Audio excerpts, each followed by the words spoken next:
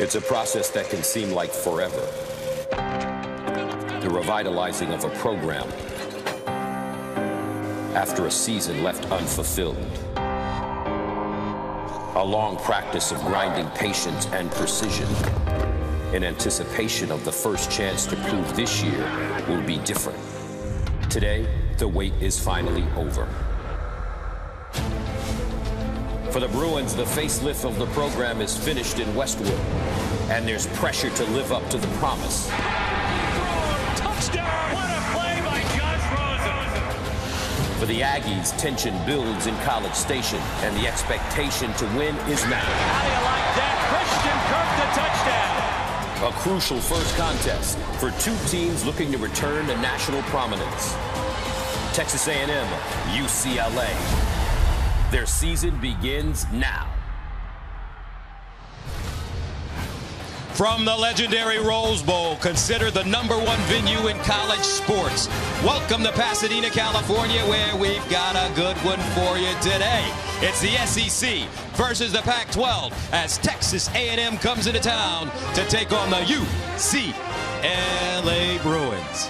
Hi, everybody. I'm Gus Johnson, along with my partner, Joel Klatt, and welcome to Pasadena on a special Sunday edition of college football on Fox. Now, this is a rematch of a game that was played last year with Texas A&M, Joel, winning in overtime in College Station. And coming into this game, the big question for head coach Kevin Sumlin, who's going to be his quarterback? Well, we have the answer, but it might not just be one answer. Nick Starkel, the redshirt freshman, is going to start for Kevin Sumlin at Texas A&M, but we are likely to see all three quarterbacks today. Kellen Mond, the true freshman from IMG, and Jake Hubenak, whose spot started last year when Trevor Knight was injured. But it's not who's going to start for me. It's how will they get the ball to this guy, Christian Kirk, one of the premier players in our sport. Christian Kirk is explosive on the outside. They'll hand it to him out of the backfield. Preseason All-American, and UCLA will have to account for where number 3 is on the field at all times.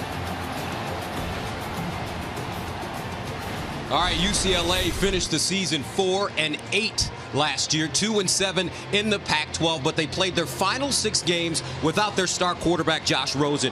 Partner, he's back, he's healthy, Bruins are ready to roll. Yeah, and this man, Jim Mora, said to us yesterday, I don't feel a lot of pressure here in Westwood, in large part due to the fact that he's got Josh Rosen back at the quarterback position. This guy is a premier quarterback. He's going to be drafted in the first 3 picks in the NFL draft come April, but unfinished business here at UCLA. He needs a win to open up the season, to right the wrongs of losing a year ago in this game, and to get the season started on the right foot. Josh Rosen, off-season shoulder surgery. He's healthy.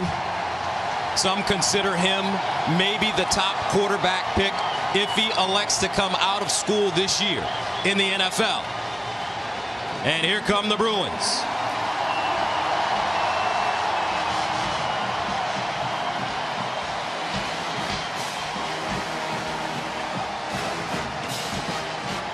So coming up from the Rose Bowl in Pasadena, 2 traditional powers square off in their season opener on a special Sunday edition of college football on Fox.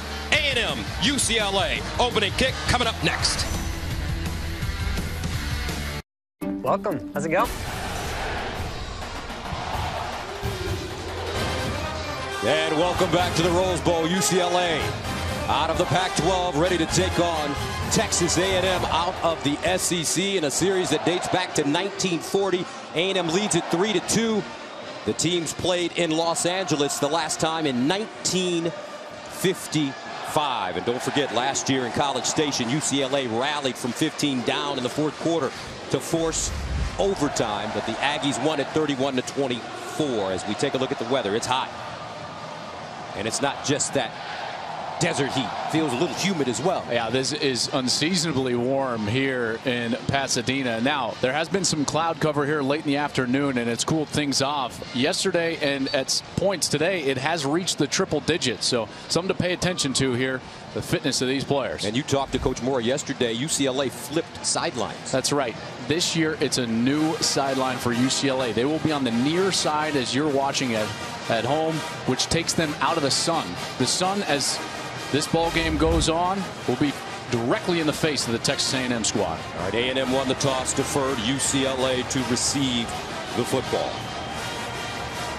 Texas A&M 8-5 last year, 4-4 in the SEC. The Aggies started 6-0 but finished 2-5. UCLA 4-8, 2-7 in the Pac-12.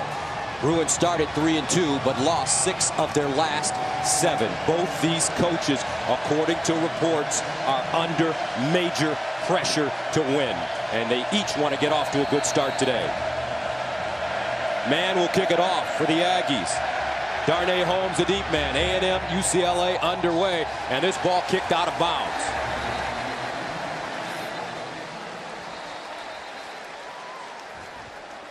So the Bruins will get good field position. Kickoff out of bounds. 34, kicking team. Receiving team will elect to take the ball to 35-yard line. First down. SEC officiating crew today. All right, Joel, what's the story?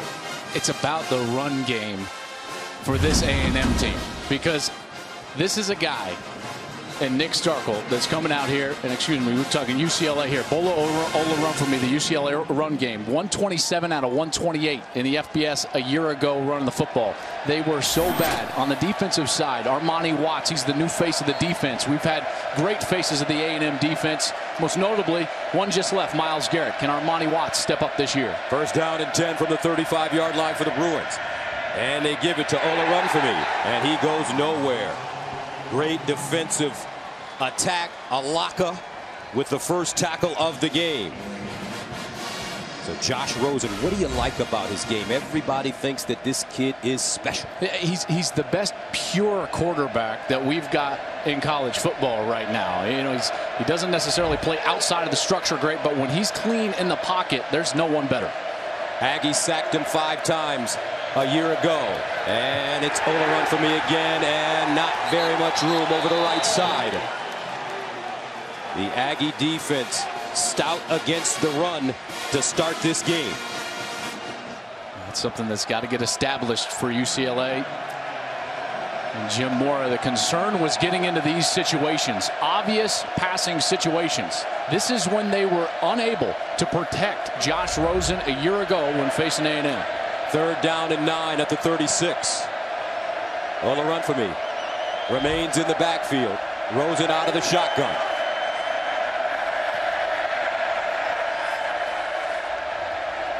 Here's Rosen to throw it for the first time. With time over the middle, and it's caught at the 45. Josh Rosen throwing a strike. Jordan Lastly, the redshirt junior from Compton, California, with the catch. First down, gain of 19. UCLA will execute some fast tempo here.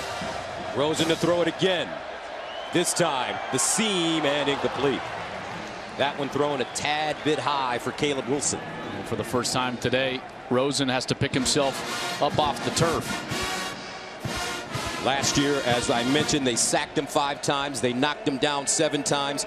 He went 26 of 46 for 343, a touchdown, and 3 picks. And earned the respect of Kevin Sumlin, who after the game said, boy, the more we hit him, the better he got, in particular in that 4th quarter. Second down and 10 at the 46. Opening series for UCLA. Well, a run for me. With space this time, and he'll try to claw his way inside the 40-yard line. Tyrell Dotson making the tackle. Kevin Sumlin, 53 years old, in his 6th year at Texas A&M. He's 1-9 against Alabama and LSU, beating the #1 Crimson Tide with Johnny Manziel at the helm in 2012. Is that an issue for the Aggie faithful? Well, the issue has been their late season finishes. They've been 5-0 each of the last 3 seasons, and they have not been able to finish it off. Third down and 3 at the 39. Short drop for Rosen. Far side, puts it on the money. It's caught. Darren Andrews picks up the first down. That ball comes out of his hands, Joel, so quickly. Yeah, that's why I was talking about that pureness of him in the pocket. And you see the execution of the ball placement. This is an accurate throw. See how it's all the way outside in front of the wide receiver. Darren Andrews allows him to run through it, get the chains, and get a first down. First down, Rosen. Underneath and incomplete. He had a receiver, Christian Papico, and that one thrown a tad bit behind him, and Papico unable to bring it in. I think some nerves getting the better of Christian Pabico, the junior from Long Beach. He's a walk-on, has worked immensely hard to get to this point on the field for UCLA, but unable to haul in that first opportunity there. Second down and 10 of the 34. On the run for me, the single setback. Rosen under center. Rosen looking. And caught close to a first down once again. This time he finds Caleb Wilson, the redshirt sophomore from Dallas, Texas. Personal foul. Roughing the passer. Number 6. Forcible contact to the knee area. 15-yard penalty. Automatic first down. Donovan Wilson, safety blitz. You see he stumbles, but Rosen in that passing setup, you can't go low at that point. He's delivering the ball, he's set up, and then the dive from Wilson. That's an excellent call by the official. Not always the obvious roughing the passer style of call, which is usually up high towards the head or neck area, but excellent call, and Wilson costing his team now first down inside the 15-yard line for UCLA. Wilson has drawn comparisons to former LSU playmaker Tyrann Matteau, the Honey Badger. First and 10 at the 12-yard line for the Bruins. Play action. Rosen all day in the end zone, incomplete. No flag on the play. Pabico, the intended receiver, once again.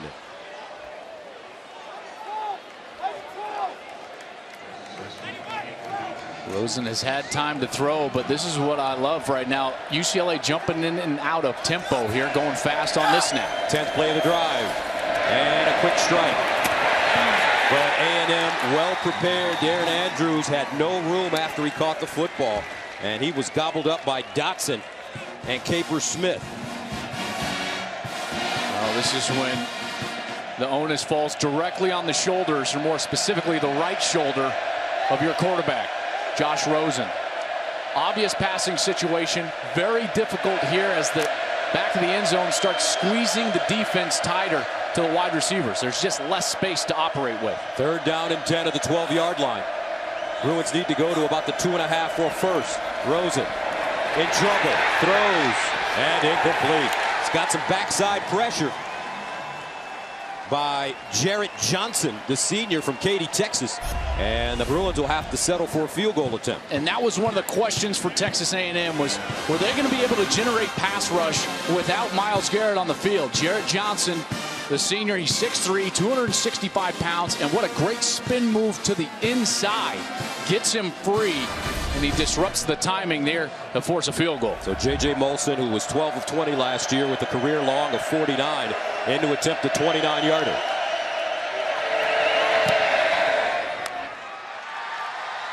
And the Bruins are on the board. UCLA drives it down the field, settles for 3, leading Texas A&M. Day 13. Score first to take a 3-0 lead over Texas A&M here in Pasadena. They go 13 plays covering 53 yards, and they ate up 3 minutes and 51 seconds. And it's time now for Craveable Moments, sponsored by Dr. Pepper. Let's take a look back at last year's memorable matchup between these teams. The Aggies led most of the way, but UCLA came back to force overtime. In OT, the Aggies were able to grab the victory when Trevor Knight ran in the game winner. J.J. Molson will send it away for the Bruins. Keith Ford, Christian Kirk back deep, and this kid Kirk is special. And he won't get an opportunity to return it. So what's the story, Joel Klatt, when Texas A&M has the ball? Well, when you're trying to break in a new quarterback and there's some indecision at that position, the best friend of that quarterback is going to be a great run game. Travion Williams and Keith Ford, a really great duo for Nick Starkel, who's going to run out there for his first start as a quarterback. And then for UCLA, Jaleel Wadou. He's the smallest player on the field, but this guy is a spark plug of the defense. Excellent in coverage, and he's going to draw the matchup most of the day following around Christian Kirk. He's on the Thorpe Award watch list, Wadou. Honorable mention all Pac-12 last year. First and 10 for Texas A&M at their own 25-yard line, and they run it. Travion Williams over the left side. And he's stopped by Matt Dickerson, but it's a gain of 4. Starkel, tell me about him. Well, Starkel's got a good strong arm. He's big, 6'3", 215 pounds, has some athleticism about him, but what they love about him, he can get the ball down the field with good accuracy. 2nd down and 6 at the 29. And they'll run it straight ahead as Williams trying to pick his way up the field. Boss Tagaloa, first man to him. And this is when you find out a lot about your quarterback. There is no way to replicate a live game situation, in particular on a 3rd down. First start on the road, Nick Starkel. His opportunity is right now. 3rd and 5 at the 30.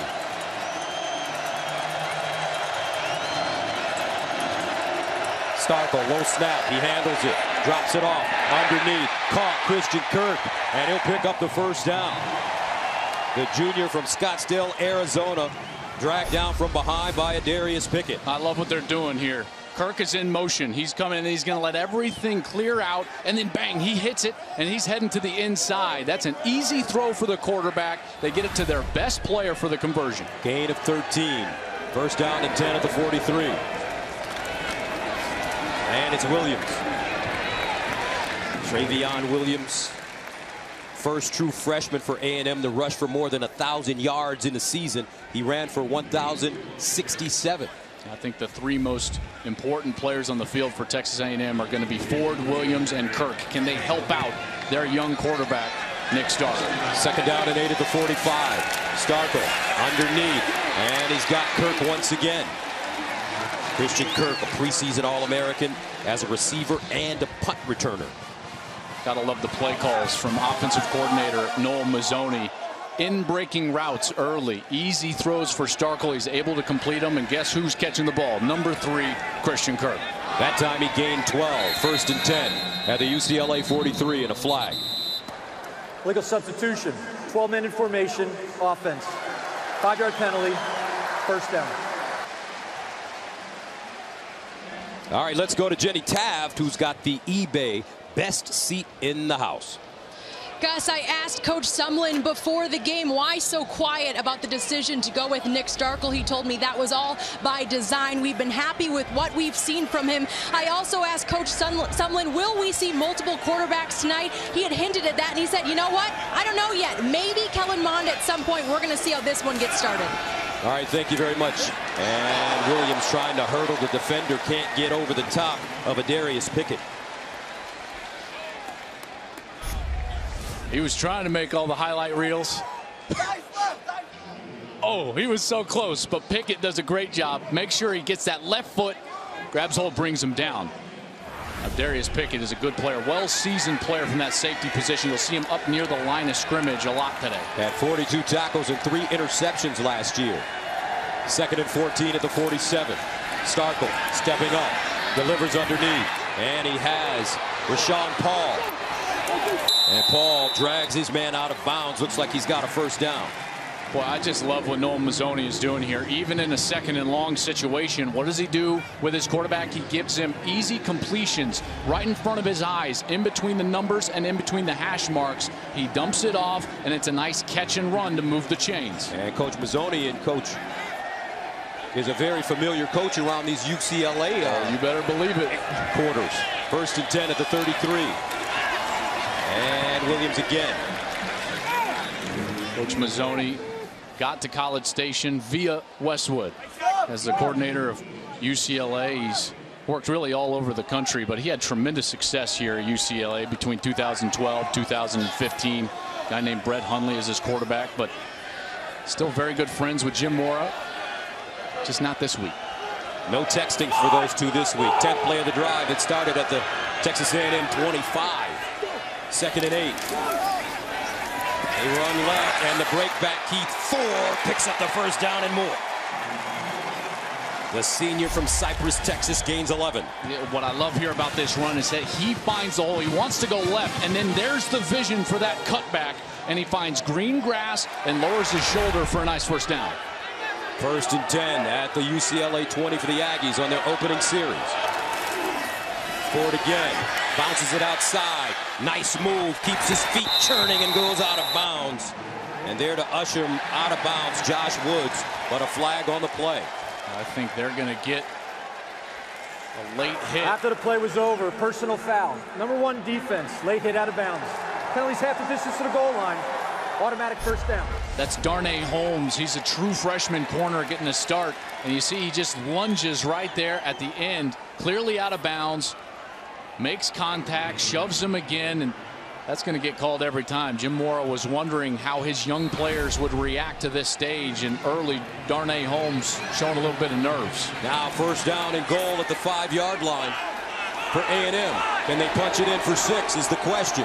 Ford in the backfield. They give it to him straight ahead. Ford, touchdown Aggies.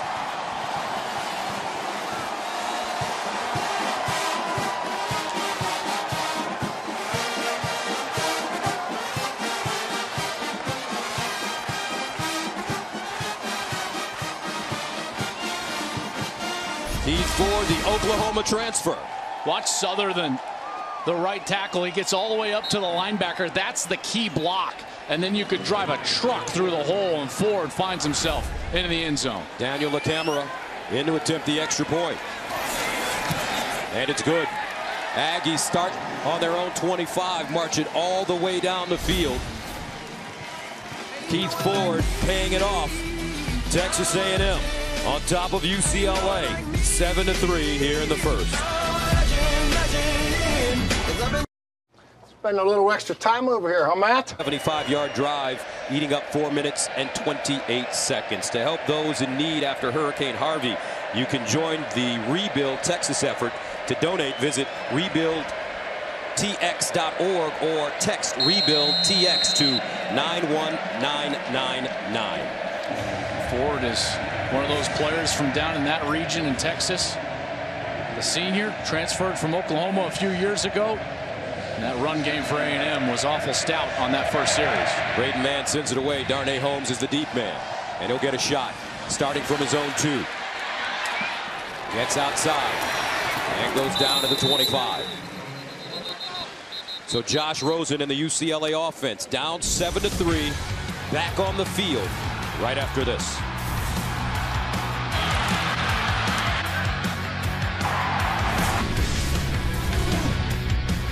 Look at the Go RVing sights and sounds from beautiful Pasadena, California, and the amazing atmosphere here at the Rose Bowl.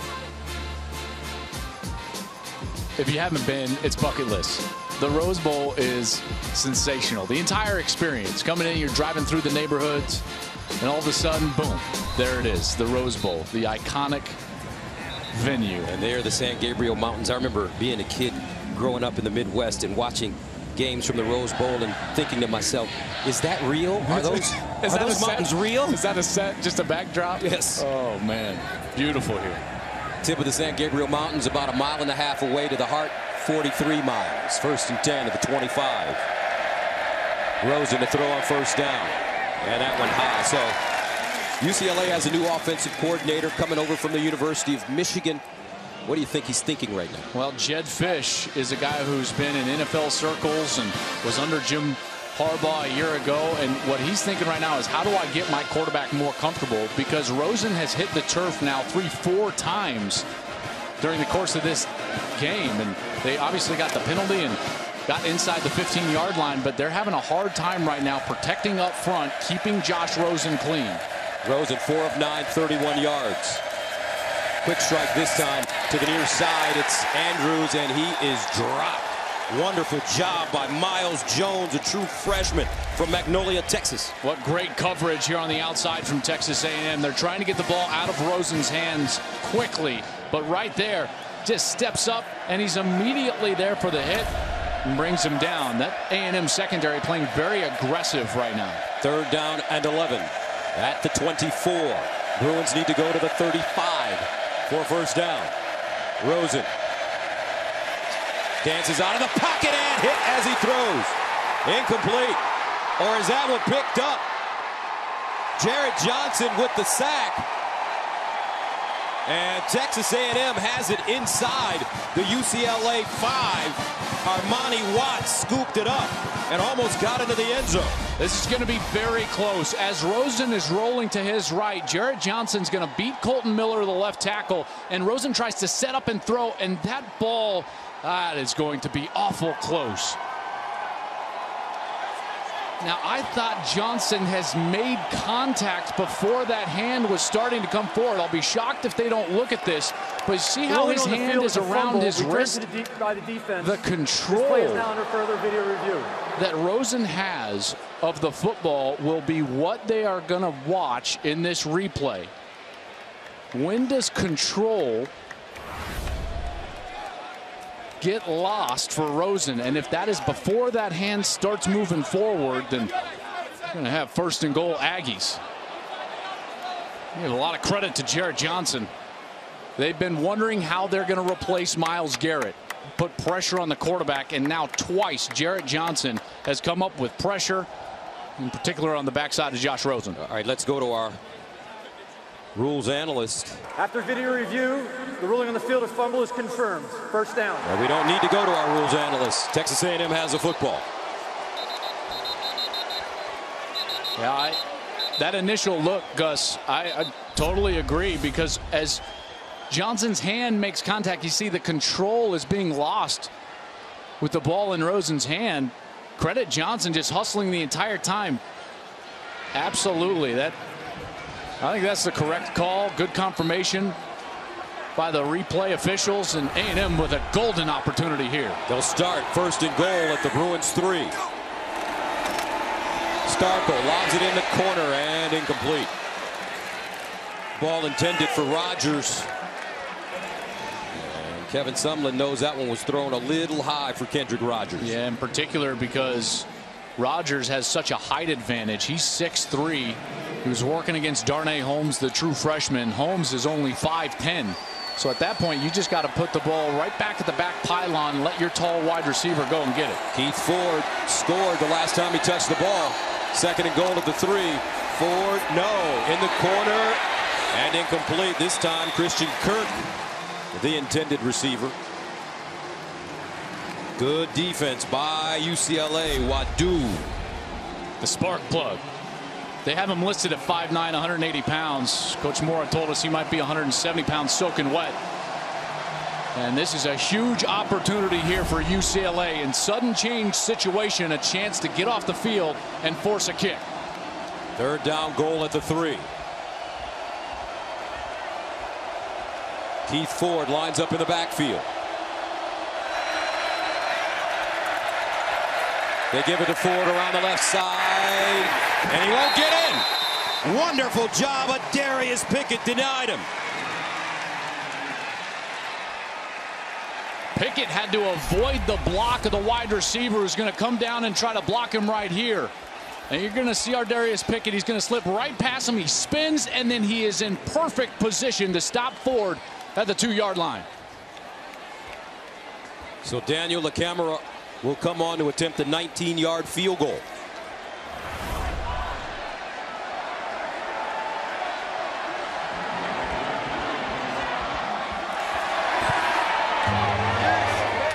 And it's good.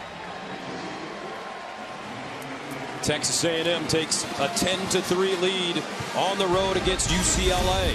The defense forcing the turnover, and the Aggies look strong.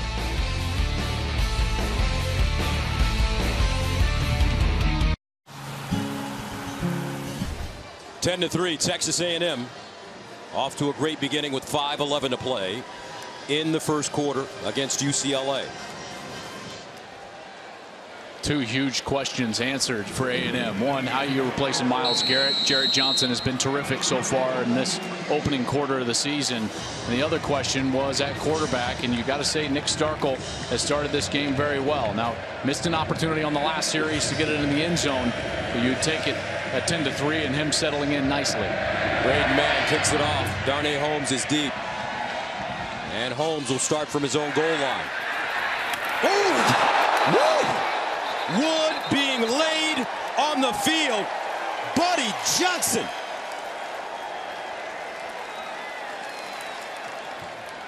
Oh my goodness. Welcome to college football, Darnay Holmes. He's trying to cut back, and that is just a perfect tackle from Johnson. Oh, goodness.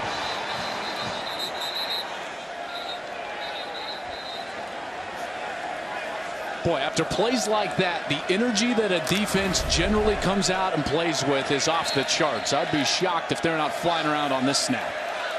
Rosen 5 of 10, 30 yards, first down at their own 15. On the run for me. And he coughed it up. Aggies may have it. And they do. Armani Watts with a wonderful chopping tackle, and Miles Jones fell on it. Back-to-back turnovers for UCLA. Well, that's the energy we're talking about. Armani Watts, he's their best player on the defensive side. He goes down low. That ball comes out clearly on the ground, and Texas A&M with a second straight turnover. There is not a better start that you could have written for Kevin Sumlin and this Aggies team so far today at the Rose Bowl against UCLA. They've done everything right so far. And Joel, the thing they've done the most, in my opinion, is this Aggies team has come out playing physical football. They are the more physical team right now on each line of scrimmage. I would expect a little heavy dose of running the football right here from Noel Mazzoni, the offensive coordinator. They bring in two backs, Keith Ford, Travion Williams. This is Travion Williams, and he'll get inside the 15.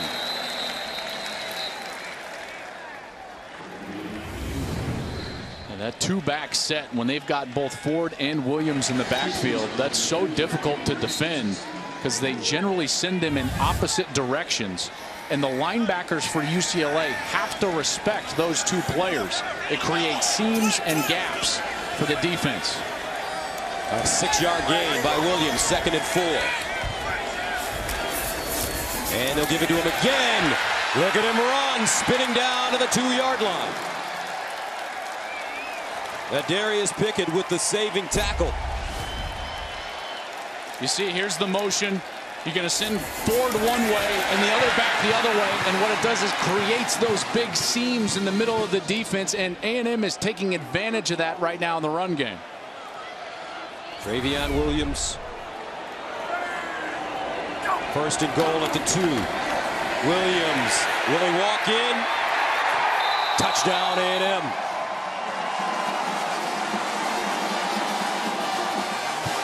Dust your shoulders off, young man. 16-3.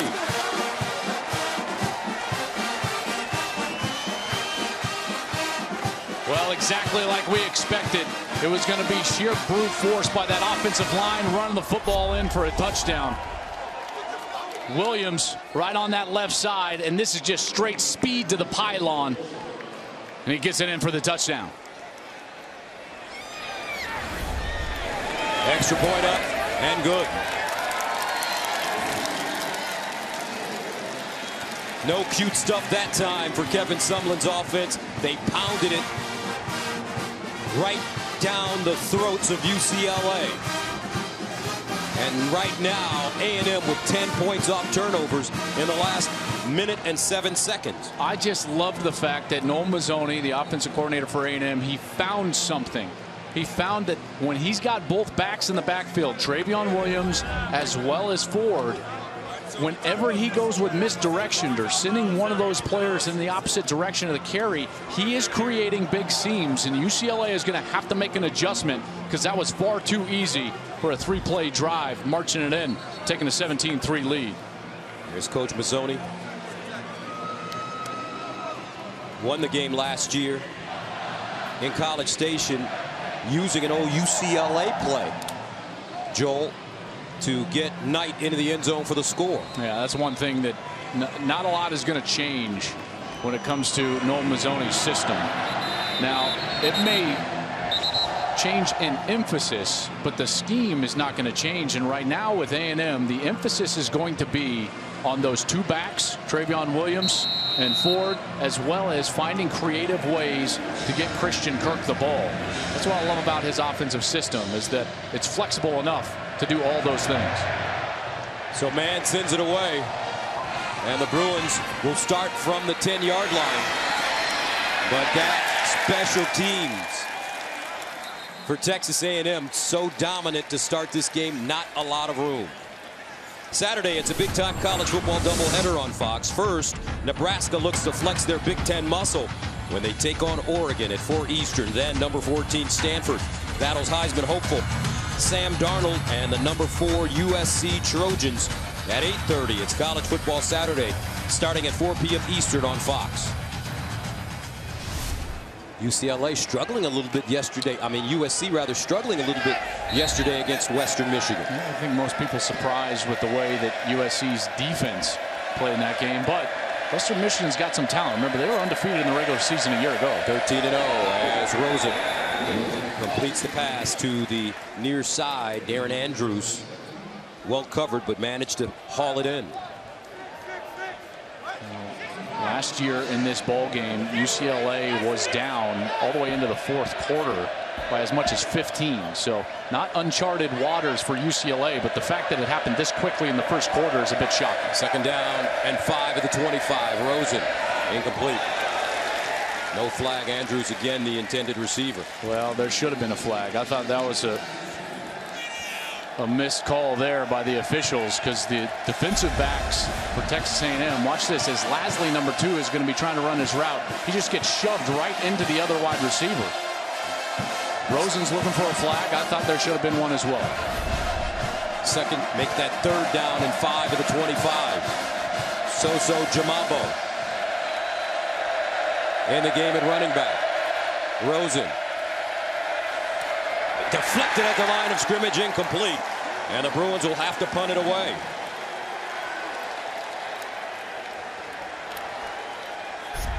This is some athleticism, because as Rosen's looking here, Peavy's going to jump all the way to his right to back that down. Normally you just see those defensive linemen just kind of blindly stick their hand up, but Peavy's able to actually locate the football, go over and bat that thing down. And the punt deep from Austin Kent. Kirk looking for a hole. Kirk bursting through down the sideline.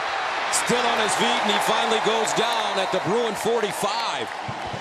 A 43-yard return, but there is a flag on the play. During the kick, holding, number 7 receiving team. Going to be half the distance from the end of the kick. 1st down. Well, Kirk, so dangerous in these situations, and UCLA was concerned about their kicking game. You see the hole right there, right in screen. Flag comes out, easy call, and negates just an excellent return. The thing that makes coaches and just drives coaches bananas is that wasn't needed to support the return. That's one of those things where that's not an effort play. You can hold the guy trying your best, and it's right in front of and you happen to hold him, and coaches say, hey, listen, keep working hard, just try not to hold him. But when it's like that, it's almost like a mental error or a missed assignment. There's no reason to hold a player that far away from Christian Kirk, your returner. So instead of having the ball inside UCLA territory, Aggies will start from their own 6. Jeez, that's like 50 yards of penalties. And you just wrap up where they would have been. The other side of the 50, now starting at the 6. 1st down and 10 at the 6. Travion Williams in the backfield. And they give it to him. And he's met at the line of scrimmage, falls forward maybe a yard and a half. Kenny Young with the tackle. You see, these linebackers, when there's only a single running back, Gus, in the backfield, they don't have anything to pay attention to as far as misdirection. So their eyes are all over the one running back, and they can scrape across, find the hole, and make the tackle. They've been doing just fine when it's been this set. It's when they've got 2 backs in the backfield that UCLA has struggled. 2nd and 8 at the 8. Starkle to throw it. Incomplete. Starkle 3 of 6 to start this game. They were trying to set up a screen pass or something, because the wide receivers were actually downfield trying to block, And Nick Starkel threw that ball past the line of scrimmage. I think they're talking right now to see if there was an ineligible man downfield. Potential grounding. The passer on offense. While in the pocket, he threw the ball into an area where there's no eligible receiver. Penalty places the ball at the spot of the pass with loss of down.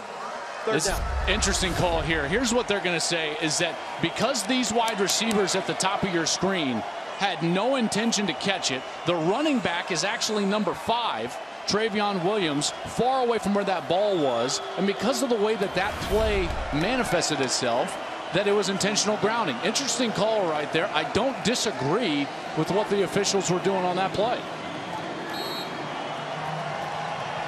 So that'll make it 3rd down and 13 at the 3. Does UCLA bring pressure here? Doesn't look like it. And they hand it off. Williams trying to get outside, and it looks like he has a 1st down. Travion Williams with that burst of speed and the presence of mind to know where the marker was. On 3rd and 13, he gets 14. And the patience just to hand the ball off when there was only 5 defensive players in the run box. They hand it off, and they get paid off. Able to move the chains. And some breathing room for the Aggies. 1st and 10 at the 17. Starkel, far side. And Osborne with the catch and some good running after the catch for Jamon. Boy, this is an impressive guy. Just a true freshman from the Houston area, 6'2", 220. I visited Texas A&M in the spring. He was the 2nd best player on the field next to Christian Kirk. Let's see if Starkel can get it to him today. 2nd and 4 at the 23. They hand it off. Williams, and he is stuffed. Nicely done by Rick Wade and Odigizua. I'm not going to be shocked here if A&M goes right back to the run game. They did it on the last 3rd down. They've been having a lot of success running the football. Travion Williams not in the game. Ford's going to be in the backfield. It's either that or some sort of quick screen to the top of your screen to Christian Kirk. 3rd down, 3 at the 24. Starkel to throw it. Over the middle and incomplete. Osborne, the intended receiver, and the Aggie offense will jog off the field. Yeah, and for the first time, UCLA was able to create a little pressure in the pocket and force Starkel to feel their presence. Got rid of it maybe a hair too soon, as Osborne maybe had a step on his true freshman counterpart, Darnay Holmes. As Shane Trapuka will come in to punt it away. He's standing at the 10. Yes, he's a Trapuka. Uncle Kelly played in the NBA and at Notre Dame. Darius Pickett, the deep man. High spiraling kick. Pickett with the fair catch at the 35, a 41-yard punt. Well, what a huge series this is now for UCLA. Their defense able to do their job, gets them the ball with pretty good field position. And the issue, as Jed Fish talks with his offense there, the new offensive coordinator, is that they just have not been able to establish the run. Now, clearly, that was a problem last year and something that they need to address. So what they have done is become just the drop back passing team. Rosen has not been able to be protected in the pocket. So a precarious situation here. I look to see if Jed Fish tries to establish that run game again, in particular in the stretch zone outside of the tackles. And they'll pitch it on the run for me. Lowers his shoulder and delivers a blow. What a blow delivered. Henderson with the tackle, but Bolu Olorunfemi lowered his shoulder. Wow. Remember, Miles Jones is a true freshman. And Miles Jones, he's going to remember that one for a long time. A 1-yard gain, 2nd and 9 at the 37. And they'll run the reverse. Losley spinning forward, and he dives to the 43-yard line. Armani Watts with the tackle. That's exactly what Jed Fish has done, Gus. He's trying to get the ball in the run game on the perimeter, trying to help Josh Rosen and help his offensive line protect what could be the best pure passer in all of college football. That takes us to the end of the first quarter. 17-3 A&M. A&M with a 17-3 lead over UCLA, the SEC versus the Pac-12. As we start the second quarter, UCLA with 52 yards of offense in the first quarter, 2 turnovers. A&M had 114. Third down and 4 now at the 42-yard line for the Bruins. Josh Rosen looking to get on track. They need to protect him. Here's Rosen over the middle and incomplete. That ball dropped by Jordan Lastly, and the Bruins will have to punt it away. Yeah, I've been so impressed with number 10, Miles Jones, for Texas A&M. He's 6'4", listed at only 177 pounds. He's a true freshman from Magnolia, Texas, and he has been really good so far today in coverage. Stephen Flintoff punting it away. Kirk clears, and that ball takes a UCLA bounce. It'll be downed at the 1-yard line. A 57-yard punt.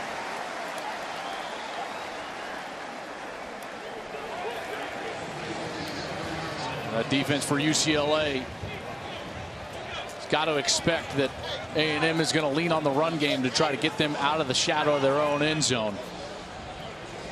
And don't forget to check out Breaking the Huddle with my main man, my partner Joel Klatt, on Facebook Live Wednesday at 5:30 Eastern, sponsored by Dr. Pepper. How about those Michigan Wolverines? They looked pretty fast on defense yesterday against Florida. I got to tell you, all the talk was about, oh, they have 10 new starters on defense. Well, those were the best 10 new starters I've seen in a long time. They have experience. They played a lot a year ago. Michigan certainly impressive yesterday, along with Alabama, doing what they were able to do to Florida State. First down to 10 at the 1. Aggies running it. And they'll get some breathing room. Also, the most impressive team in college football yesterday. I know who. The most impressive team in college football yesterday. Do you want me to say it, or do you? Yeah, you could say it. You should say it. Howard University beating UNLV, 45-point underdogs. Bring on Alabama. Here's Ford, and he'll get to the 15. Well, I tell you, 9-yard gain. This is just a clinic being put on by the offensive line for Texas A&M. So impressive. Starting at the 1-yard line, snap the ball a couple of times, hand it off, and you're sitting at the 15. And they juggled that offensive line. We wanted to get the 5 best players out there, regardless of position. They've done that. Aggie staying on the ground with Ford. So Eric McCoy, at the beginning of the season, they had him at left guard. He played center all of last year, and they realized they needed to move him back to his normal spot. That's right. Colton Prater, who they toyed with at the center position, has earned a spot there at the left tackle spot. Ryan McCollum, the left guard, number 77. Their right side, Connor Lanafear and Keaton Sutherland. They've done a great job owning the line of scrimmage. Nick Starkel in his first start has not had to do anything all that impressive because the offensive line is owning it. A&M continuing to dominate, and watch Williams down the sideline. Can he get there? Williams finally knocked down inside the 10 by Nate Metters. Travion Williams with a 72-yard run. You've got to love what you got going on here. You're going to get this, and then the pull around from the right tackle. Sutherland is going to get the key block, but that left side did a great job of sealing the linebackers, and then Williams with his speed on the edge. This is so far a devastating rushing attack for the Aggies. Remember, as a true freshman, he ran for over 1,000. He's got 119 yards rushing in the first half already, along with that big 72-yard run. UCLA does not have an answer right now, and it really doesn't matter whether it's Williams or Ford. One thing I like about this Aggies team, Joel, they're playing with a sense of urgency. Yes, and a physicality. This is still a physical game, played by physical men. Second down and goal at the 6. Keith Ford back in. He's already scored a touchdown. They fire it underneath. Caught at the 2-yard line by Osborne.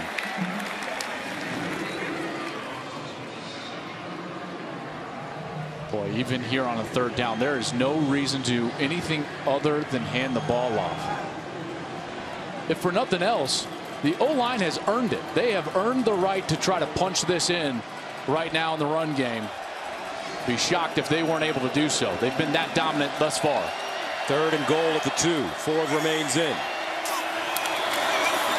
They give it to him. Can he get in? Yes, he can. Touchdown, Aggies. Smash mouth football. That's what they call it in Texas, Joel Klatt, and that's what we're seeing. Here's what you're going to get is the double team from the left side of the offensive line. Just an outstanding job by McCullum and Prater. And that double team is going to move the line of scrimmage enough that even if the linebacker who was there, his name Kenny Young, 42, he's already with his back against the goal line. And then the running back wins the mano-a-mano, and it's a touchdown for the Aggies. The camera in for the extra point. And it's good. The Aggies started that drive on the 1. They go 99 yards, getting the big 72-yard run from Travion Williams. Texas A&M smacking around UCLA. And the Aggies lead at 24-3, and we're joined by our rules analysts, our men of distinction, Dean Blandino, Mike Pereira. Guys, we've already had some very interesting calls in this one. Yep. Yeah, we didn't even kind of agree on that pass fumble play at first. It was so close. But, you know, one thing with replay is whatever's called on the field, that's going to take precedence, right, Dean? Yeah, unless it's clear and obvious. And that was a close play. The key was, did the hand come forward with control before it was knocked loose? And it was so close, and we would have let it stand. They confirmed it. So UCLA starting from the goal line. Texas A&M has been great on special teams, and this time the Bruins' Darnay Holmes picks up some positive yardage. I got to say, from my standpoint as an analyst, I've had the best rules official in the business helping us out, and I'm really thrilled that we're going to have a second one helping us out now as well. Well, from my standpoint, you're the best pupil I've ever had. I mean, you're like, we're not needed when you're around most of the time because you've done a great job with the rules. Love the way you compliment the officials when they do something good.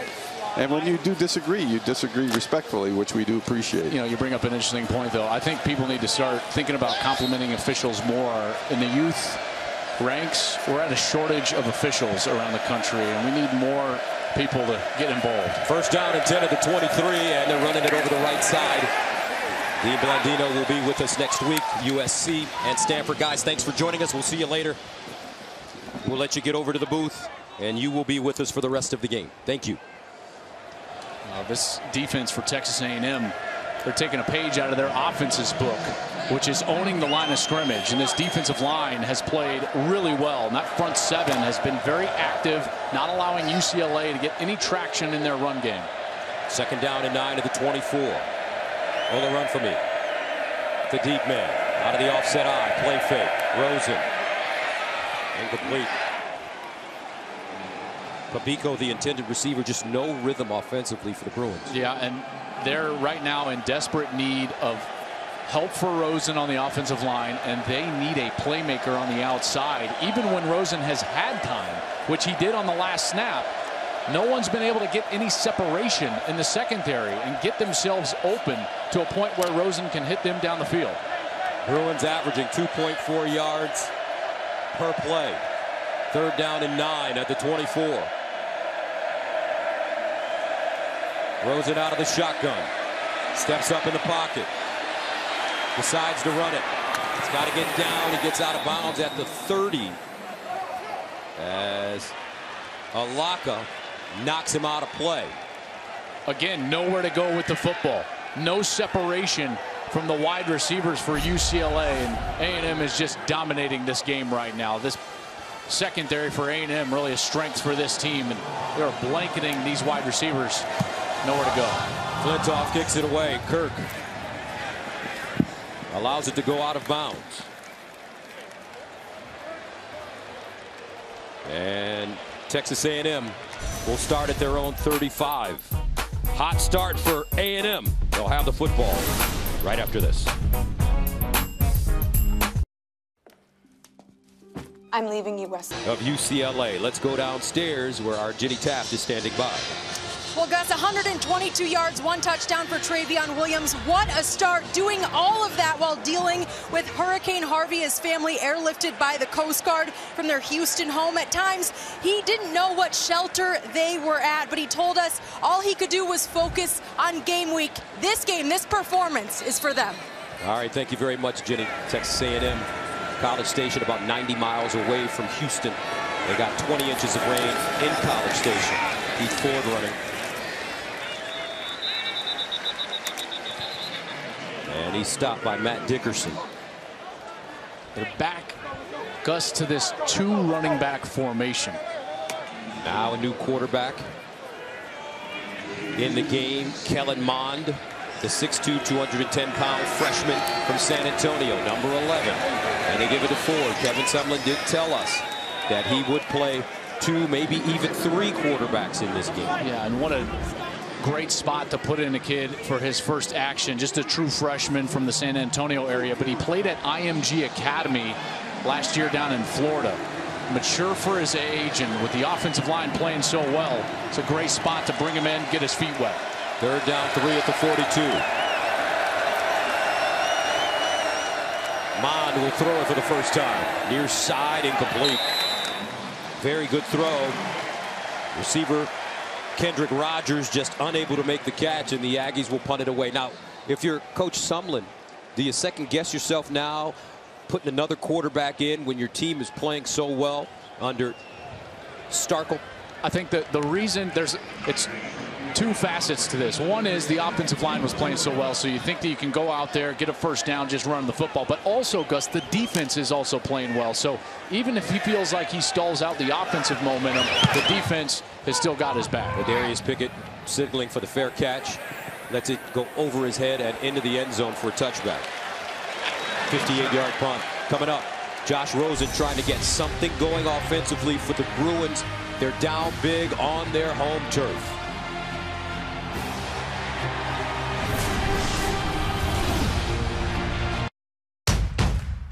Kevin Sumlin enjoying the setting so far in SoCal as Aggies up by 21. Rob Stone here with you. Coming up on the State Farm at halftime, we're going to have highlights of a top 25 showdown. West Virginia taking on Virginia Tech. Plus, Bruce Feldman is going to join us live. He has some significant injury news regarding some big-time quarterbacks. And Matt, Robert, Coach are going to join us. Guys, Coach is going to take you inside the Bruin locker room. Our sensors have been notified. All right, thank you, Rob. Here's Rosen on the play fake. Under pressure, throws, incomplete. Rosen, 6 of 16, 35 yards. The running game, 9 carries, 25 yards. So Darren Andrews is going to be coming from the right side. So as Rosen is waiting for him, here he is, number 7. He's just floating through the field. He doesn't do anything to get himself open, and then he just kind of lets the ball hit the ground. That was very questionable effort from Darren Andrews there, with Rosen fighting for his life in the pocket, trying to find someone to hit down the field. 2nd and 10, overrun for me. And he'll pick up a couple. Now we're back in one of these situations, which is where Texas A&M has excelled, both in getting to the quarterback, and their coverage down the field has been tremendous. The best part about what A&M is doing in these situations, Gus, is they're getting home with 4 guys. They're getting pressure with just the down 4, so they don't have to blitz. It allows for a lot of white hats in coverage guarding those Bruins down the field. 3rd down and 7 at the 23 for the Bruins. Rosen throwing off his back foot, incomplete. That one high. Miles Jones, the true freshman, covering Pabico, the intended receiver. I tell you what, the secondary for Texas A&M looks great too, Joel. It just doesn't seem like anybody's open. No, and there hasn't been anybody open. You know, they're really strong at the safety position with Watson, Wilson, but got to be very impressed with Miles Jones in his debut here for the Aggies. Christian Kirk standing at the 30. Austin Kent sends it away. And this one will trickle out of play at the 44. 24-3 A&M. They'll have it on offense after this. Kellen Mond mains in the game, a 5-star recruit. Was the number 3 dual threat quarterback in the class of 2017 out of IMG Academy in Florida. In 10 games at IMG, 2,700 yards passing, 20 passing touchdowns, and just 3 interceptions. As he hands it off to Williams. Travion Williams has been brilliant here in the first half. Pickett with the tackle, over 100 yards rushing. Yeah, and with a nice assist from that O-line, you know, who's also been brilliant. 127 yards total for Williams. And he'll allow Mond. Fakes the handoff and gets it over the line of scrimmage. According to Coach Sumlin, his upside is limitless. His legs definitely come into play more than our other quarterbacks, but he's still a young guy. Well, he had the first third down throw that he had an opportunity to try to get him in a one-on-one situation, throw it to his left. Now another third down, but this very well could be a run play trying to utilize his legs. 3rd down and 4 at midfield. Ford in the game at running back. They give it to Mond. Mond picks up the 1st down and more. As he's dragged down at the 34-yard line, a 16-yard gain by Pickett with the tackle. I love what they're doing because his eyes are just going to be all over the defensive end. And as Ford goes to the left, the defensive end gets blocked, and there's nothing but green grass. Nice, easy play call for a true freshman, and he's able to run for the 1st down. At the 34.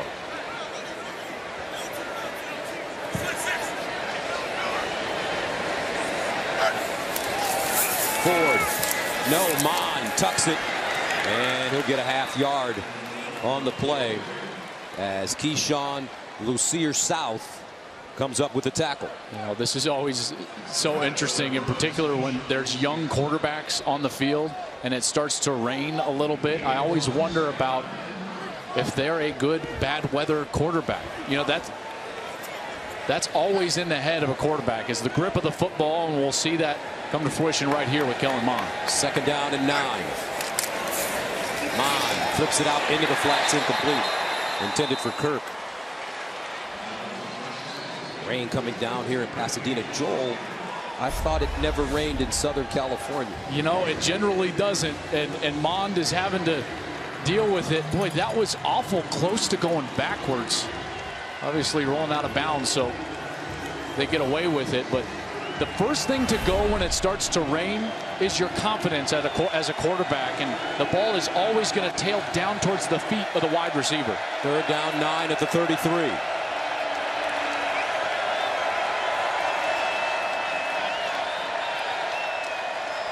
Play clock winding down. And a timeout called by Texas A&M. 6:18 to go. 2nd quarter, 24-3. The man doing the updates for us today, his name is Mike Hill. He was a sergeant in the United States Air Force. Let's go to Mike Hill for an update. Sergeant. Yes, sir. Yes, sir. Top 25 action. Virginia Tech, West Virginia, 3-zip Tech here in the 2nd. But here come the Mountaineers. That's Florida transfer Will Greer finding David Sills with the 11-yard strike. Converted quarterback making plays at receiver. WVU takes the lead, 7-3 in the 2nd. Back to you, Gus, Joel, and Jenny. All right, Sarge, appreciate it. West Virginia having a very solid year a season ago. Yeah, and I think they're going to be just as good or maybe better this year. 2 guys that not a lot of people have heard a lot about in the offseason. Their defensive coordinator, Tony Gibson, and their running back, Justin Crawford. Great players, but here on a 3rd down here, true freshman's got to make a play. Let's see what Mond can do on 3rd down and 9 at the UCLA 33. He tucks it, looking, still running. Mond, 1st down inside the UCLA 20-yard line. That's a 14-yard gain on 3rd and 9. Wadu with the ankle tackle. Just a complete design run for the quarterback. It was a token fake to the running back because the line actually folded on itself, kind of pulled a tackle around to create the hole for Mond. 1st down,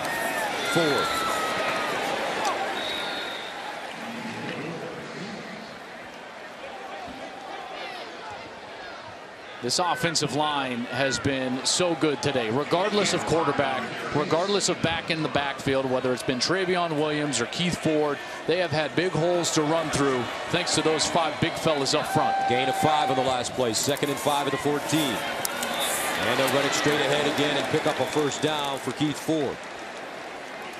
Not a lot of secret, tricky stuff going on with Texas A&M. No, and that's what's demoralizing. This game, the game of football, is a game of wills. You are trying to break the will of your opponent.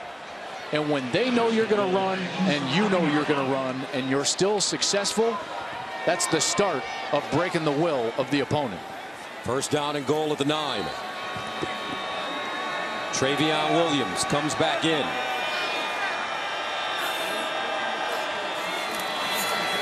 Mond runs it. And he'll be lucky to get back to the line of scrimmage. Rick Wade, the redshirt sophomore from Santa Margarita, with the tackle. Lanphier, helmet came off. He'll have to sit out for at least 1 play. So his replacement is Jared Hawker, number 73. He's also a true freshman. So many young faces for Texas A&M. They had 29 new faces this year. Coach Sumlin told us this is a totally brand new team. 219 yards rushing for Texas A&M in the first half. Kellen Mond has come in for Nick Starkel, and he's been impressive. Sprints out of the pocket, throws, has a receiver. Kirk can't get in. Christian Kirk almost getting into the end zone for a touchdown. I love that play call because you get the true freshman quarterback on the move to his right. And you're trying to get the ball to your best playmaker. Just wasn't able to get in. That was good coverage there from Darnay Holmes. In coverage from his corner spot. Able to force him out of bounds here at the 1-yard line. Third down goal at the 1. Ford in the game at running back. Ford submarining. Touchdown Aggies. 3rd touchdown of the day for Keith Ford.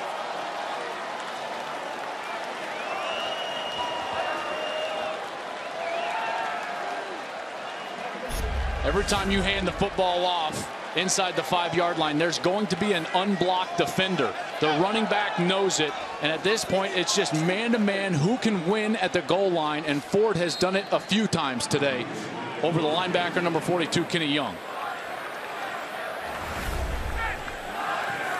The camera, extra point, good.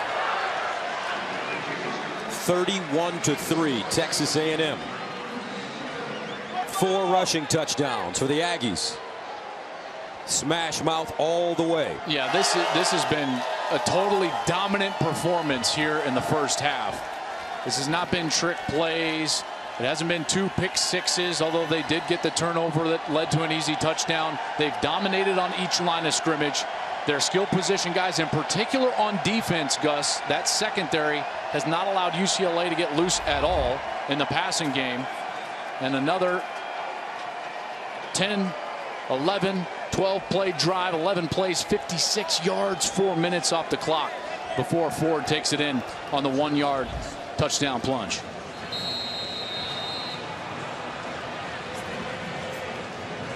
Darnay Holmes back deep for the Bruins, as Mann will send it away. He's their kickoff specialist. Braden Mann, strong leg, sophomore.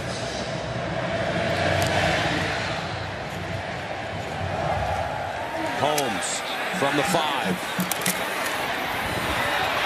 Gets to the 30, all the way up to the 34. Now here are some famous faces giving their schools some love as they show their colors.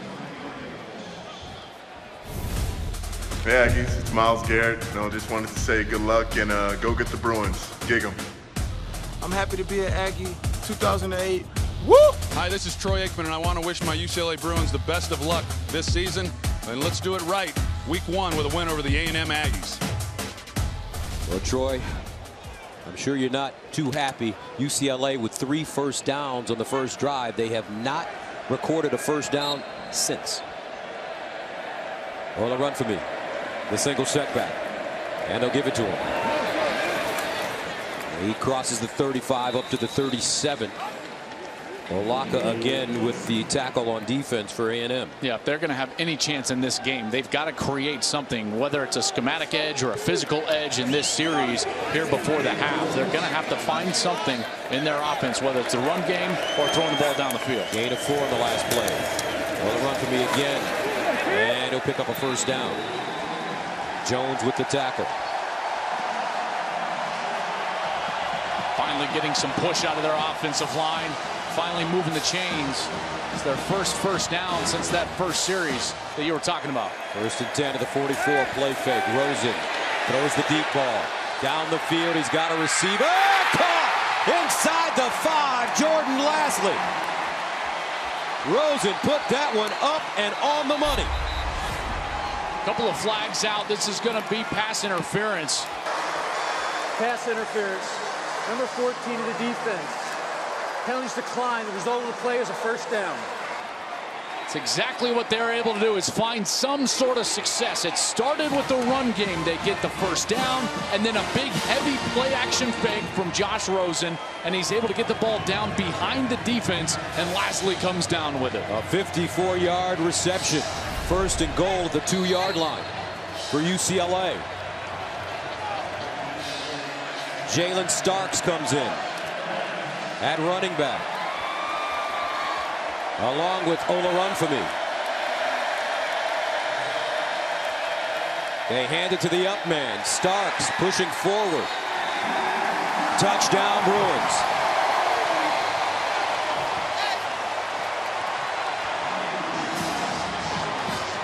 Well, they needed that answer like they needed air to breathe in this game. Great push by the offensive line. Turning around, just giving it to the big fullback, Jalen Starks. He runs 265 pounds, a sophomore from Van Nuys. He's the short yardage back, and you can see why. Powerful, getting into the end zone. Molson in for the extra point. And it's good. 31-10, 3 minutes to go. 2nd quarter. Rosen showing that golden arm as he put that ball right in the hands of Lasley. And more importantly, that didn't take a lot of time. So now you can start thinking about, you got a little momentum going. You've got 3 timeouts still. That only took 1 minute and 6 seconds to score on that last drive. So there is a chance that they could give their offense the ball back and potentially cut down the lead. Somewhere in that 31-17, boy, would that be a change of fortunes for the Bruin after getting thoroughly dominated during the course of this first half, and some life for Josh Rosen. Remember last year in College Station, UCLA rallied from 15 down in the 4th quarter to force overtime. Aggies won at 31-24 on that Trevor Knight 4th and 1 touchdown run. Now, this momentum that they've created is all well and good, but this momentum is going to go only as far as the run defense for UCLA allows, because A&M during the course of this first half is just taking the air out of the stadium and the ball by handing the ball off to their 2 big backs and letting them run down the field. Looks like Nick Starkel will return to his quarterback spot when A&M gets the ball back. J.J. Molson will send it away. Christian Kirk is the deep man.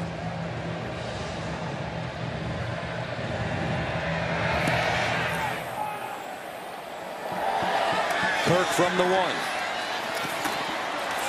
Kirk at the 30. Still on his feet. And finally roughed up and taken down at the 39. But a very good return with his preseason All-American. Excellent field position there. And now Noel Mazzoni talking to his offense. This is going to be about the offensive line reestablishing themselves, potentially going back to that 2-back set with both Ford and Williams in the backfield. Remember, anytime they do that, you're going to have some misdirection, and then they're trying to create that seam in the middle of the defense for UCLA. Nick Starkel back in at quarterback. Word surfaced Thursday that he was the answer to the A&M quarterback Riddle, who was going to start the season opener. Mond has come in, and he's played well for Texas A&M. First down at the 39 for the Aggies. Williams, over 100 yards rushing. Williams again, high stepping, big time player. 61 big ones, touchdown Texas A&M.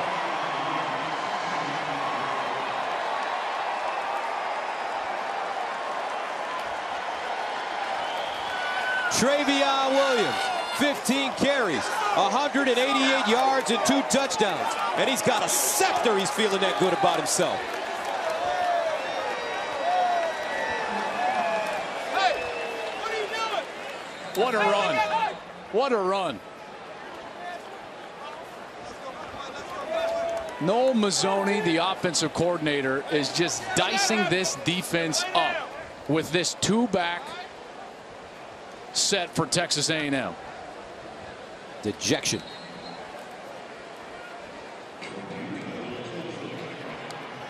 Coming into this season, according to reports, Jim Mora under pressure. 4-8 last year, 2-7 in the conference. And they're not getting off to a good start on their home field.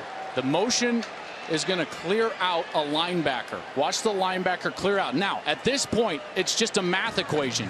All you've got is 5 Bruins in the run box, and you've got 5 Texas A&M offensive linemen.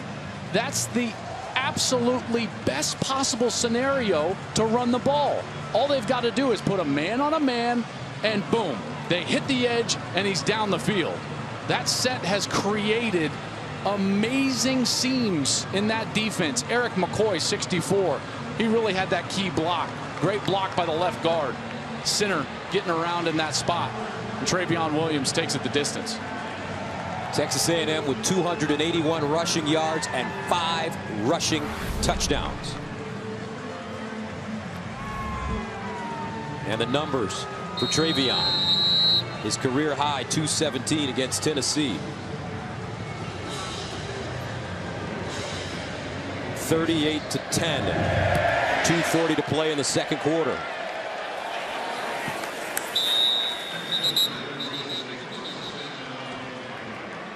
Don't forget, the State Farm halftime show is coming up.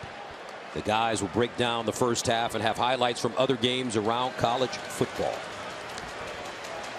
Well, Alabama looked good yesterday against Florida State, even though they lost a couple of key players. There was some teams that looked awful good yesterday, weren't there? Yep. I thought Michigan looked great. Probably could have been around 49-3 in that game against Florida. I thought Alabama looked really strong against Florida State. Oklahoma. I don't know if any team has looked good as what A&M has looked so far today. I mean, this has been dominant in a game in which they were an underdog. They've come in here and just handed it to the Bruins. First down at the 25. They pitch it to Darnay Holmes. Down the sideline. And Holmes picks up a first down. Knocked out a play by Armani Watts. A 13-yard gain. This offense going to try to chip away. They got the ball back quickly, but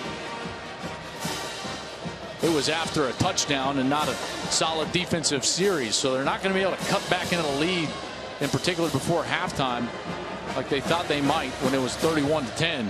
But still, Rosen is starting to find some seams in this Texas A&M defense. Don't forget, Texas A&M will get the ball to start the second half. First and 10 at the 38. Rosen bottled up, throws on the move, and caught for first down. Great throw, terrific catch by Caleb Wilson. Yeah, Wilson had to reach back across the left side of his body.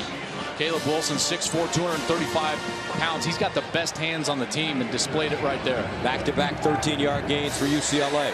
Rosen has got to unleash it now. And he finds his receiver once again for another first down, and it's Wilson. Wilson is a son of a football coach. His dad was a defensive line coach for Colorado, Oklahoma, now in the National Football League. He's been around football his entire life. And you can see how easily he picks that ball out of the air with those great hands of his. Texas A&M calls a timeout. They have one left. In the Huddle is brought to you by SoFi, a modern finance company. When you dive into these huddles in the timeout, generally what you're trying to talk about is exactly what player or area of the defense that you're going to want to scheme against. Talking about the formation, talking about, in particular, a secondary player, if they're going to go out there and throw the football, and then they're going to start talking about the details. Once they land on a concept, you saw Jedd Fisch actually hit the helmet of Jordan Lasley, number 2. Maybe they're talking about a detail for Jordan Lasley. They're designing a play potentially for Jordan Lasley. Those timeouts in the huddle are very beneficial for an offensive coordinator like Jedd Fisch. Fisch, the third offensive coordinator for UCLA in 3 years. 1st and 10. Rosen looking, and that one batted down at the line of scrimmage. Armani Watts got up high. Boy, I love his athleticism. Armani Watts, the senior, he got injured last season. Probably the only reason he's back. He was an NFL talent last year. He's going to be an NFL talent this year, but because of that injury, missed some starts. He's back with the Aggies. Last season, a couple of interceptions, 6 tackles for loss. Preseason All-SEC and second-team All-American. 2nd and 10 at the 37. Rosen in trouble again. They knock him down, and it's incomplete. Trying to set up a screen, and it just never got set up. Rosen had pressure right in his face. Had nowhere to go with that ball. That was Terrell Dotson, the sophomore from Franklin, Tennessee, bearing down on Rosen in the backfield. 1:35 to play in the second quarter. 38-10. UCLA 2 of 8 on 3rd down conversions. Faced with a 3rd and 10 at the 37-yard line.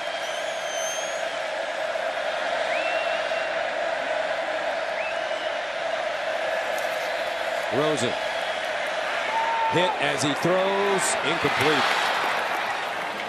And he has been taking a licking, and he gets up slowly this time. Got him right in his ribs.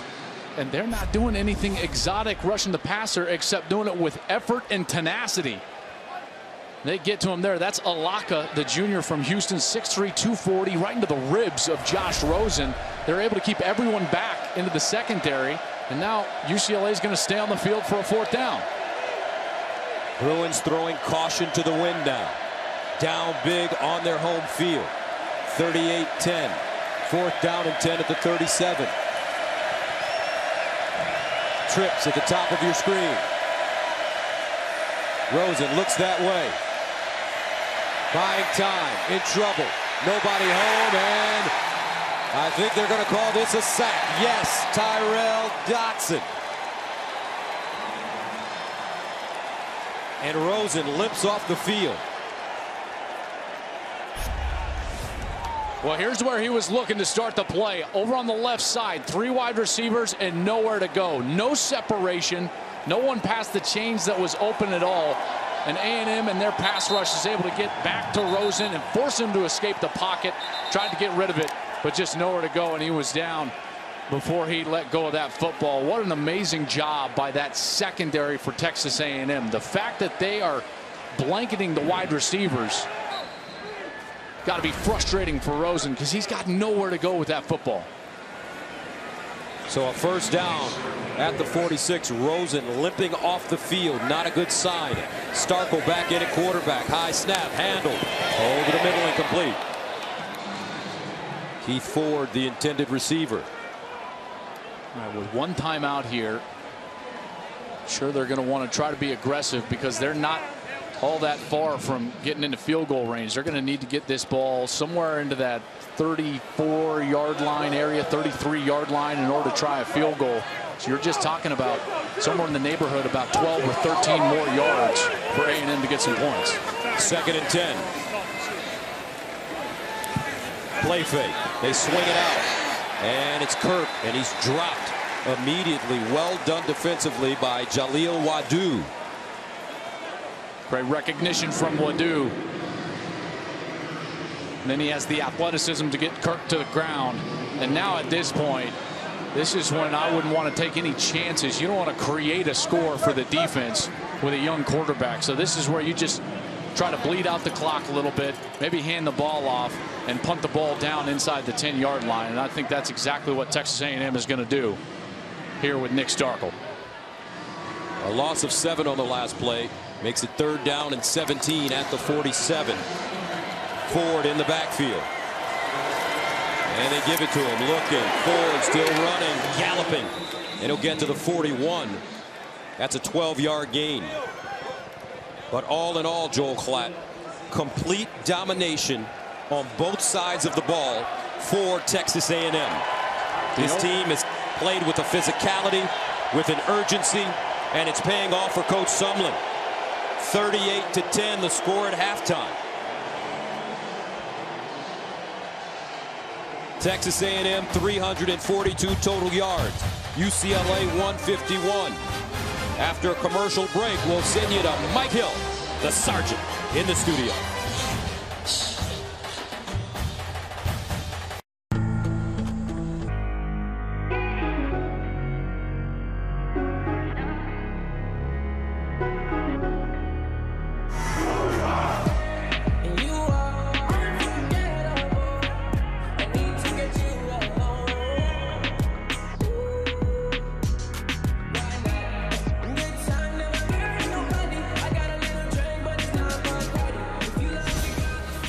And welcome back to the legendary Rose Bowl here in Pasadena, California. And that score is the score, folks. 38-10. Texas A&M leading UCLA as we head into the second half. Gus Johnson, along with my partner Joel Klatt. Whoa. Texas A&M. Yes. Played with an urgency. Yep. A physicality. Yep. And with precision in that first half. You know, and for me, it boiled down to 2 things. The offensive line for Texas A&M was winning the line of scrimmage, and the defensive line was putting pressure on Josh Rosen. Plus, Noel Mazzoni was doing an excellent job with that 2-back set. Ford goes in motion. They give it to Travion Williams. He's got a big hole. They do it again.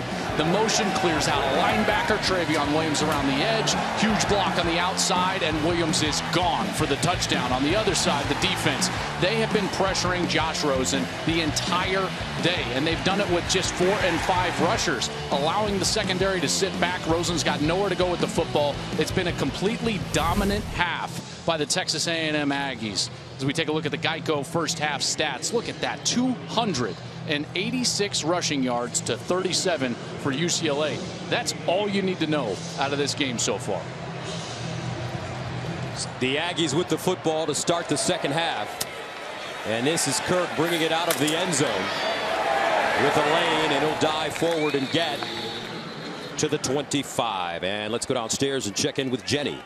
Gus, thanks. Well, as you can imagine, Coach Sumlin very pleased with the running backs. He said, I expect that from them, and his quarterbacks have managed the game well. But the big story on the other side of things, before the break, Josh Rosen, clearly frustrated, walked off with a little bit of a limp. He slammed his helmet before he was leaving. I asked Coach Moore about it. He said his ankle is fine. And Coach Moore said, this is a teaching moment for us. How can we climb out of this one? We've been playing too tentative.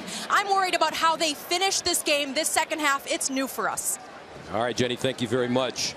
So Texas A&M brings Nick Starkel back onto the field to lead them at quarterback. First down and 10 of the 25. Starkel throwing to the sideline and incomplete. Good battle, a true freshman there. Jamon Osmond, he's 6'2", 220 pounds, working against Darnay Holmes, 5'10", 195 pounds. The true freshman from Pasadena, 2 of the most highly recruited players in the country. It's awful fun getting to see them tangle here early in their college careers. Second down, 10 at the 25. Starkel in the shotgun now. Travion Williams in the backfield. Williams running it. And he'll gain a yard on the play. Matt Dickerson defensively for UCLA. You know, the adjustment that needs to be made for UCLA is twofold. One, the safeties are going to have to get more involved in the run game, and so you're going to see the opportunity for one-on-one coverage on the outside. And then secondly, those front interior guys like Matt Dickerson, Boss Tagaloa, they've got to start winning, in particular in the one-on-one situations against the guard. Third down 9 at the 26. Starkel to throw it underneath. Incomplete. Good defense Kenny Young knocking it out of the hands of Aaron Hansford. And Texas A&M 3 and out to start the second half. Yeah, and a great series for UCLA to build a little bit of confidence for that defense, because they did not have much confidence going in that second quarter, and they'll give a pretty good field position opportunity back to their offense here after this punt. So Tripucka will punt it away from the 12. Darius Pickett, the deep man for UCLA, at the 27. Pickett from the 30, and he's wrapped up and taken down immediately by the 12th man, and that's Gillespie. Hollywood is the place to be right now, and Texas A&M feeling really good about being out here in the sun. 38-10, Texas A&M leading UCLA. Josh Rosen, the numbers, 9 of 23, 114 yards. He was sacked twice and knocked down 7 other times in the first half. He'll start from his own 30. The pitch, oh, run for me. A yard. Alaka again with the tackle. So if you're the Bruins, what do you do, Joe? Well, they're coming out and trying to establish the outside run game, outside of the tackles. That's the only run game that was very effective for them. And then watch throwing the ball to the tight ends. Rosen rolling out, goes on the move, and his receiver will not get back to the line of scrimmage. Austin Roberts wrestled down by Armani Watts. The only two things that they really had any success with outside of the long throw to Jordan Lasley was running the ball outside and some occasional space that they were able to find with guys like Caleb Wilson, number 81, or there with Austin Roberts. But these obvious passing situations are where Texas A&M is teeing off on Josh Rosen. So Jamabo checks in at running back, 3rd and 10 at the 30 for Rosen. Steps up, throws, caught, first down. Caleb Wilson, the tight end. Those are the guys that are getting space, are the tight ends. And Wilson, sure-handed, really smart player, good effort. 12-yard gain, first down at the 42. Late substitution coming in. Austin Roberts. One of those tight ends. They're going to work with these 2 tight end sets now for pretty much the duration of the game. Play fake. Rosen sets up deep. Oh, gets crushed. And Rosen is down. Charles Oliver. And Texas A&M has the football again. The 3rd turnover of the game. Just nothing you can do as a quarterback because the blitz is coming from the outside. Late onto the field, Austin Roberts lined up on the right side and just gets absolutely run around. In pass protection, Rosen had no shot. Ball comes loose. A&M doing what they do. Getting to the quarterback. It's been much of the same all day long. Josh Rosen on his back on the Rose Bowl turf. A&M takes over at the UCLA 37, 1st and 10.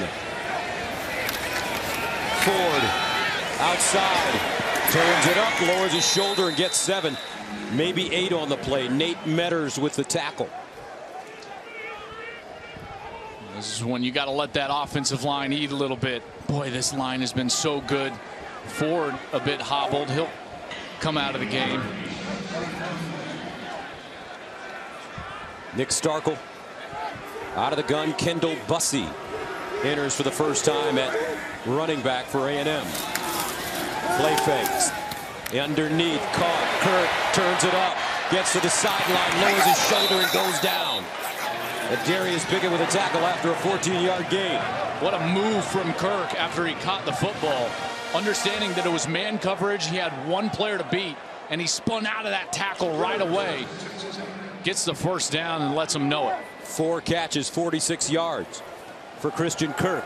I think one of the most underrated attributes that a wide receiver can have is awareness of where that defender is trying to come up and make the tackle from. Kirk clearly had it and spun the opposite direction to get clean and free for the first down. At the 16. Bussey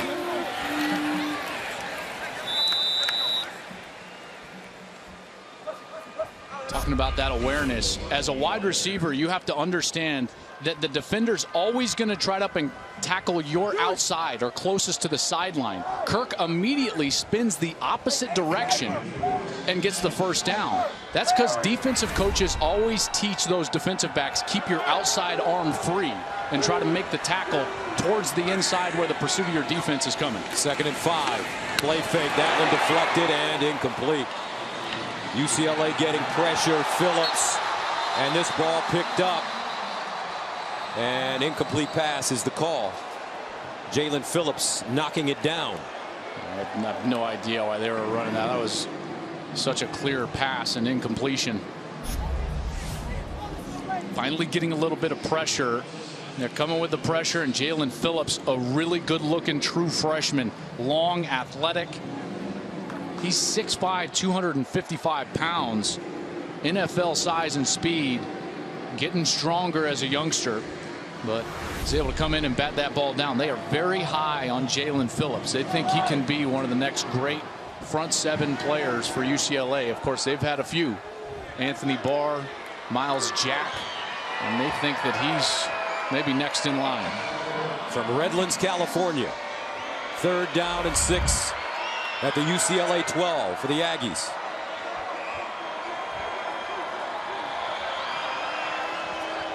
Travion Williams back in the game.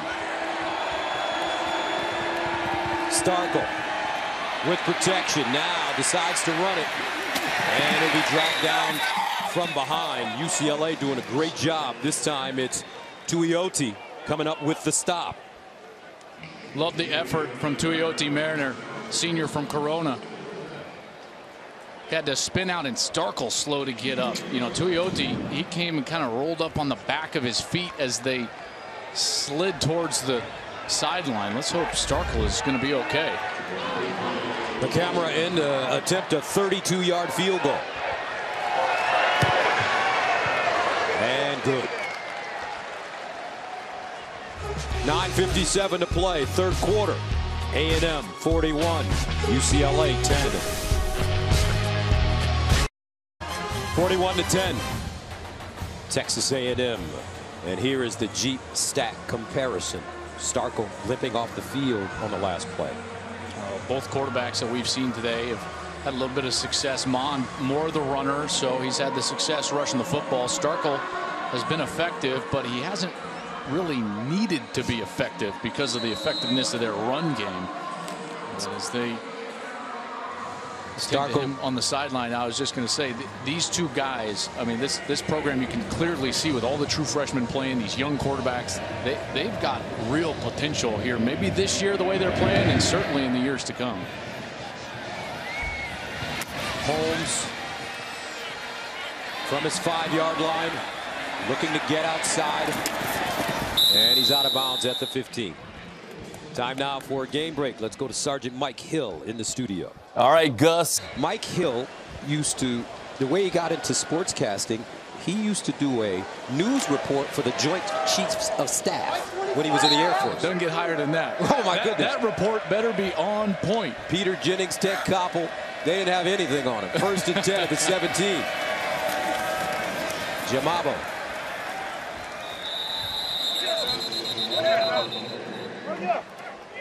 There's just nowhere to run inside the tackles. You know, the only success they've had is on the outside. This offensive line has been dominated by the front 7 of Texas A&M. A year ago, the story for UCLA was their absolute inability to run the ball.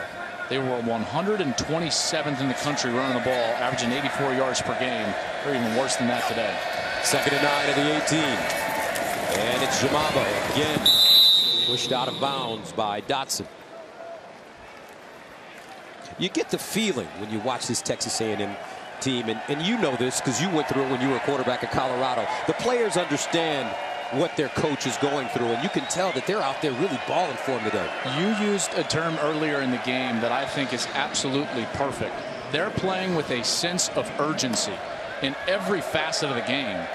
And you could say, hey, maybe that's for Kevin Sumlin, maybe that's for themselves.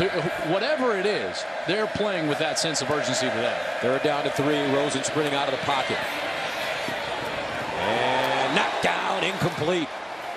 Another well-defended play. Lasley, the intended receiver. And I tell you what, we've been mentioning Armani Watts' name all day. He's a senior. Beginning of the game, I said that this guy is their best defensive player. He has not disappointed. They have been so good in the secondary. You're going to see him flying in, laying out right in front of Lasley, knocking it down. Christian Kirk, the deep man. He will have the ball at the 27-yard line on the fair catch. 8:32 to play, third quarter. We'll take a quick break. A&M with the lead and the football right after this. Coke Zero is now ahead for Texas A&M, sponsored by Coors Light for the climb ahead and the celebrations to follow. Climb on. Yeah, you know, a couple of games that they should easily handle. Nicholls State, Louisiana Lafayette. That Arkansas game is going to be in Dallas at AT&T Stadium, South Carolina, October 7th. That's a huge one. They'll be hosting Alabama. They've got all those games before they go on the road again in a true road environment. Obviously a neutral site for Arkansas. Their next road game, October 14th. Going to Florida. But there's a bigger question for Coach Sumlin and these Aggies that has to be answered this season as they run it on first down with Williams. The Aggies have started the last 3 seasons 5-0, 5-0, and 6-0, but finished each season 8-5 overall and unranked. Now, their athletic director had some very strong things to say at SEC Media Day. Scott Woodward said Coach Sumlin knows he has to win. He has to win this year. Why have they struggled in the second half of seasons? You know, there's any number of theories, whether it was their strength and conditioning, their mentality, key injuries. I certainly think that injuries were a huge factor a year ago. Mond over the middle, incomplete, intended for Rogers. But they've addressed some of those issues. In particular, they hired what I felt like was one of the best strength and conditioning coaches that there was available. Mark Hockey was his name. He's worked at Florida State, Georgia, Alabama, but he came in and their entire emphasis was the fact that their line on each side was going to be tougher than their opponent. They felt like that was going to give them their best chance late in the season. Last year, they were a great running team, and then down the stretch, they faltered a little bit off of that. You can say it was Trevor Knight's injury, or maybe that offensive line wasn't playing up to their standards late in the season. Either way, they've certainly tried, at least, to address the things that they can control. Third down and 8 at the 31. Mond running it, looking for the first down, and he has it. I tell you what, this kid right here, Starkel went out of the game with an injury. He gains 10 yards, but this kid right here has a specialness about him. You know, scouts would say it's a suddenness. When he moves, there's a suddenness to the way he moves. It's decisive. His first step is almost electric in its ability to get him started in the right direction and find the hole. And he'll dump it down to Rogers. And that's an incomplete pass. So many young players have played for this A&M team. You know, that's another component to maybe some of those poor finishes is just mentality, leadership. Well, they got a lot of new faces for Texas A&M. We've seen a lot of them today. Couple in big spots for Kevin Sumlin. Jamon Osborne, their wide receiver. Kellen Mond in there at the quarterback position. They've had Jared Hawker, an offensive lineman, a true freshman, play at some points in this ball game. So that mentality is also changing for Sumlin and the Aggies. 2nd and 10 at the 41. Bussey in the game at running back. And they give it to him. Big opening. Bussey dives forward, and he's close to a first. As Adarius Pickett makes the tackle. Don't forget, back in 2013, Coach Sumlin was awarded a 6-year, $30 million contract. Yeah, and they also, it wasn't just their investment into the coaching staff, which they clearly made. But remember, they totally rebuilt and revamped Kyle Field and made it one of the premier venues in all of college football. And so there's been a significant investment into this program, and they're wanting to see some of the returns on that investment. First down and 10 at the 49. And Bussey gains a few. Pickett again with the tackle. There is and it's really clear at Texas A&M. Yeah, they expect division championships, conference championships, and to compete for the national championship. Yeah, and certainly after that year with Johnny Manziel, they beat Alabama on the road. They have that electric Cotton Bowl and just a drubbing over Oklahoma. And I think I know the guy who was calling that game. I tell you what, Johnny Manziel was just a pleasure. Wonderful college player to watch. 2nd and 6 at the 45.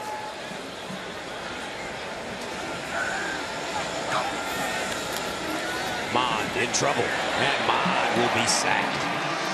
Rick Wade getting into the backfield.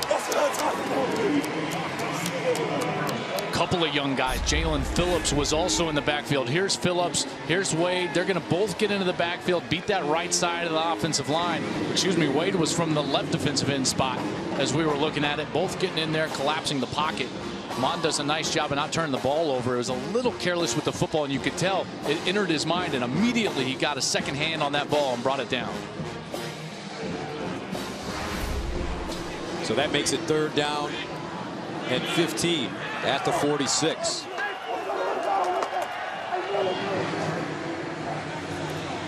Mond handing it off. Ford around the corner. Quick feet. Still on his feet. And a 1st down. That is 2 different times today that Texas A&M has had 3rd down and longer than 10 to convert. They've handed the football off and converted. What a great job by Ford, finding the open areas and then staying in bounds over there on the left side of the field, finding the chains for a conversion. A 20-yard gain brings up 1st down. Boy, this Ford-Williams combination, they are something, aren't they? Yes, they are. This kid's playing well, too. Mond in for Starkle. Mond to throw it. And his receiver not holding on to the ball. It's Jones. I would say there's only one area of the team that we haven't really seen how good they are or they aren't at this point for Texas A&M, because they just haven't had to throw the ball. There hasn't been any pressure on their passing game at any point during the course of the day. So maybe that question goes a little bit unanswered today for Texas A&M, but surely in every other facet they've answered with a resounding solidness that is pretty impressive. Williams. And Williams gets across the 30-yard line. Looking at Kellen Mond, and I know this may be a bit much because he's still a young kid, but for some reason he reminds me of the kid at Texas Tech last year that went to Kansas City in the 1st round, Mahomes, in terms of his elusiveness. I know we haven't really seen him throw the ball like we saw Pat last year. And Patrick had such a talented arm. You know, it's difficult to know because, again, we just haven't seen the pressure on the passing game. Him having to throw the ball down the field. But I see what you mean in the way that he moves. Right. Finds space. Can slide. Yeah. It's 3rd down and 6. Mond. And incomplete. And that'll bring up 4th down. Did you expect Mahomes to get drafted as high as he did? I think he was the 10th overall pick. You know, not until we started getting closer to the draft. And what happened with Patrick Mahomes was that every coach in the NFL that ever coached Brett Favre saw Favre in Patrick Mahomes. And so it's not a surprise that Andy Reid went way up there to grab him. But that was kind of the comparison amongst those coaches. So LaCamera in to attempt a 48-yarder. And he just stepped up and drilled it. All sides of the ball playing well for Texas A&M. Offense, defense, special teams. 44-10 is our score. Back to Pasadena right after this.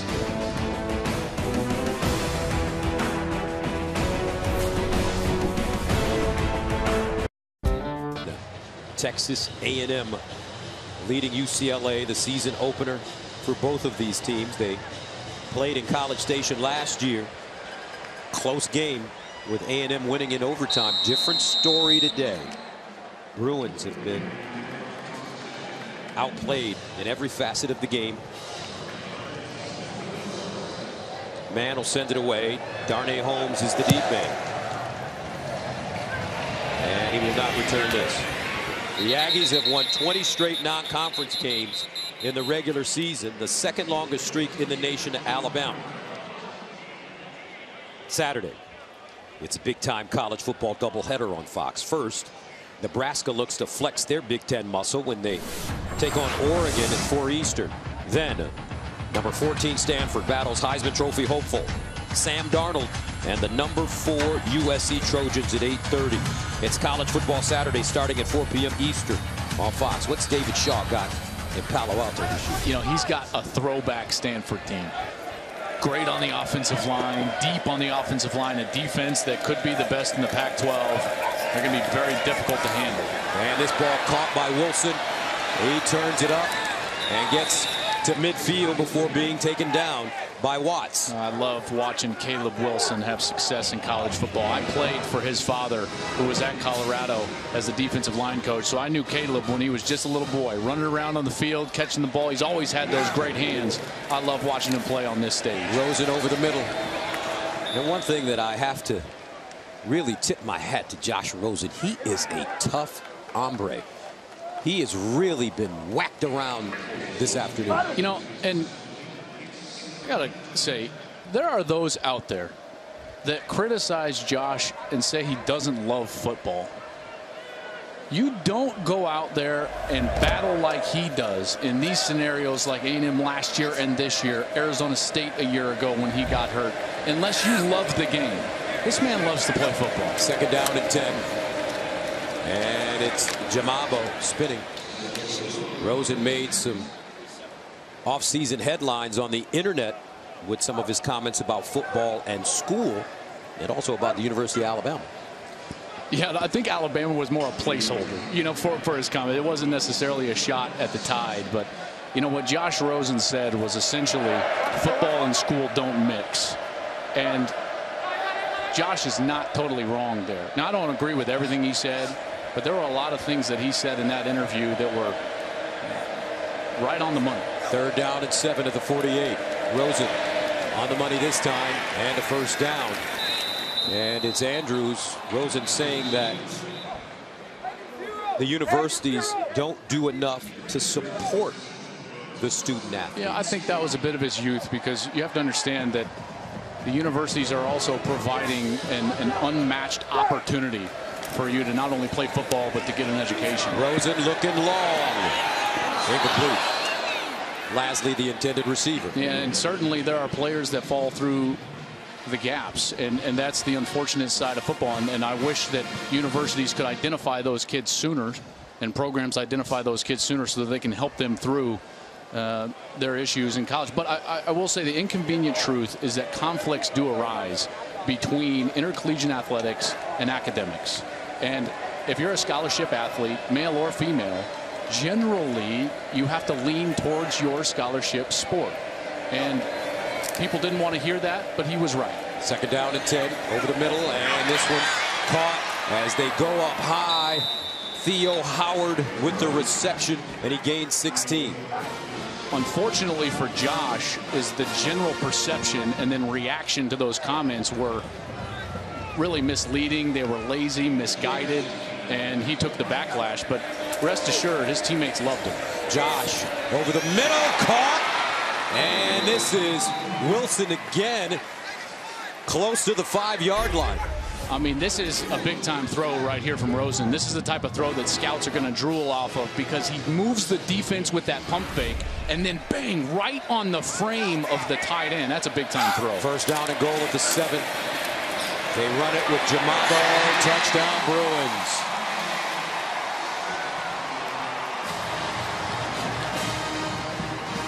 One thing you can say about Josh Rosen, not only is he a talented athlete, his teammates love him. They played like it on that series. Great series. The O-line stepped up, started protecting Rosen, giving him some space, and the wide receivers began to create space in the back end, in particular Caleb Wilson, the sophomore from Dallas.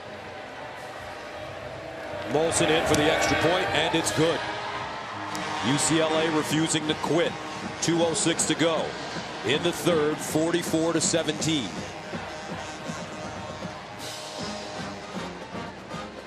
It's an excellent series there for UCLA. Their talent finally starting to show a little bit on the outside. Clearly, maybe Texas A&M calling off the dogs a bit. Not quite as energized on defense as what we saw. I don't know if they were calling off the dogs as much as it's just hard to play with that sharp of focus and effort like they were for the majority of the 3 quarters that we've witnessed so far here at the Rose Bowl. And if you're a little bit off in this sport, you're going to get beat. And that's what all of a sudden happened on that last series.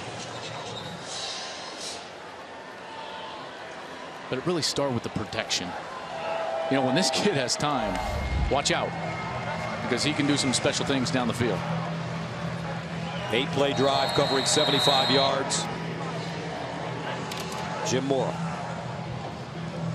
Talked to him yesterday at their team hotel. Asked him if he was feeling any kind of pressure. He said, not a bit. I've been doing this for a long time, and I don't pay attention to what you media guys have to say. You don't know what you're talking about. Don't you love it when they say that? You media guys. That's right. Why do they always say it with that vitriol in their voice? What's up with that? You got to be mad at somebody. Get ready to start your day with First Things First. Weekday mornings on FS1. Join host, the Hall of Famer Chris Carter, along with Slick Nick Wright, as they kick off the day with the hottest stories in sports. First Things First premieres Tuesday at 6:30 a.m. Eastern on FS1. Gus Johnson, Joel Klatt, Jenny Taft with you from the Rose Bowl. Opened in 1922. Home of the big bowl game, the Rose Bowl, in 1923. And UCLA's home since 1982. Mond remains in at quarterback. Here's the handoff. Williams. Let's go downstairs to Jenny. Well, you mentioned that quarterback Nick Starkel left with an injury. It appears that he has now left the building. He was on a cart. He needed assistance to walk, and he was limping. He had been evaluated for his legs on the field, guys, and that is the latest with Starkel. Okay, thank you very much, Jen. So Coach Sumlin told us that he could possibly play 3 quarterbacks in this game. He's played 2, so Jake Hubenek still has an opportunity to play. There's Jake, junior from Georgetown, Texas. 2nd and 9 at the 26. And they hand it off to Williams. Travion. All right, let's go to the studio for a game break with Sergeant Hill. All right, Captain, got a good one going at FedEx Field. Virginia Tech, West Virginia going back and forth, tying at 17 here when Josh Jackson finds Cam Phillips, who's having a huge night.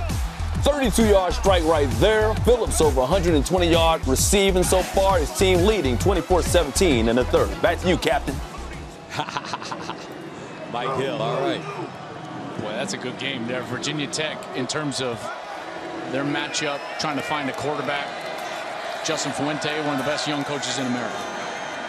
Williams, 20 carries, 201 yards rushing today for A&M. That ball broken up as Wadu steps in the lane and knocks it down. Yeah, he's played hard tonight, and he's had a tough responsibility generally following Christian Kirk around. And Jaleel Wadu, senior from right here in L.A., Thorpe Award watch list, starting at safety for 3 years, and he's playing like it. He's had a good game tonight while his teammates have potentially struggled around him.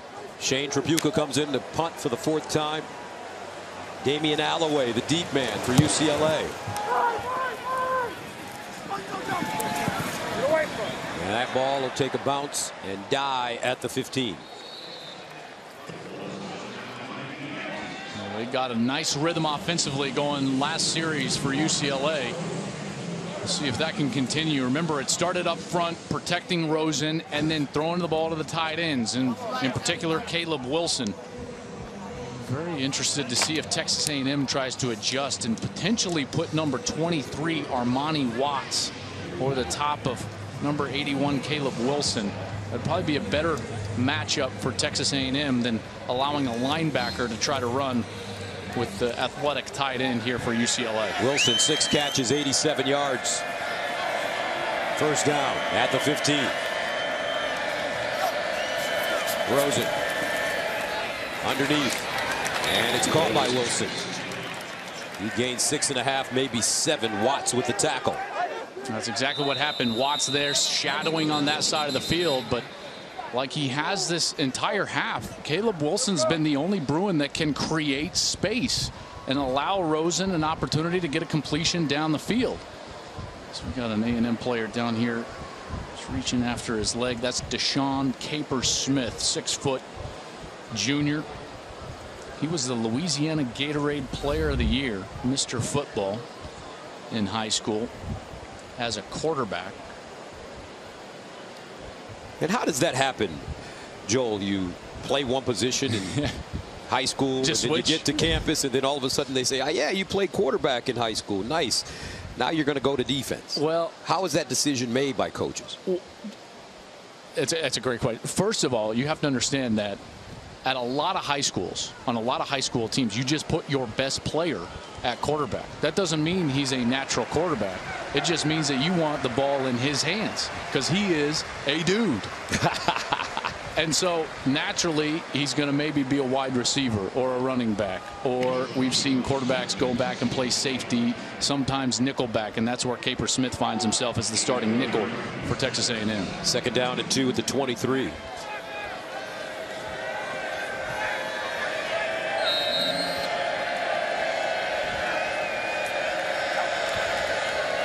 And they'll hand it off, looking for the first down. Jamabo will not get it. They ambush him from behind as Wilson makes the tackle, and that'll take us to the end of the third quarter.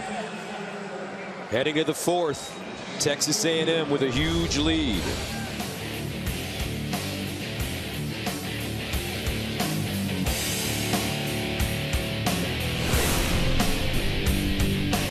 A&M fans sawing the horn here in Pasadena. I mean, what a weekend for the Aggie fans. They got to see what happened down in Austin a day ago, and then they came here. And they have been impressive here with a quarter to go. That's right. Maryland beating Texas in Austin. 3rd and 2 at the 23. Rosen underneath, and it's a first down, UCLA. Caleb Wilson continues to find openings. He's already close to that 10-catch mark, close to 100 yards, working on Armani Watts. That's a great matchup there in the middle of the field. First down to the 28. Play fake. Rosen over the middle. Caught. Caleb Wilson again. And Caleb goes out of bounds at the 48-yard line after a 20-yard gain. Larry Pryor knocks him out of bounds. How about Caleb Wilson? 9 catches, 120 yards today. His dad, Chris, 2-time All-American at Oklahoma, defensive line coach in the NFL right now for the Eagles, and making dad proud. Rosen, pump fake. Underneath, Wilson again. Caleb Wilson having his way with the Aggie defense now. Here's what I love about a guy that understands football is he understands leverage. Watch him. He's going to give an outside move and then get to the inside of Armani Watts. See that little juke move? And that's how you create space in the back end. Love what Caleb Wilson is doing right now. Back-to-back big gains of 20 and 25 yards. First down. Bruins at the Texas A&M 28. Rosen steps up in the pocket, delivers underneath, has another wide open receiver, Lastly, and he'll spin down inside the 10. A gain of 19. Good protection for Rosen there, able to step up in the pocket, allow that crossing route to get all the way across the field to the opposite hash. Then he finds Lastly for another first down. Makes it first down and goal at the 9-yard line. Jamabo in the game at running back. Rosen will throw it. Hit as he throws, incomplete. That time intended for Theo Howard. That is an amazing move again by Johnson. Watch, Johnson's going to go upfield and then get back inside with a spin move and just hammer Josh Rosen. Jared Johnson, the senior from Katy, Texas, has just done a number on Colton Miller, the left tackle, today. Second down goal at the 9.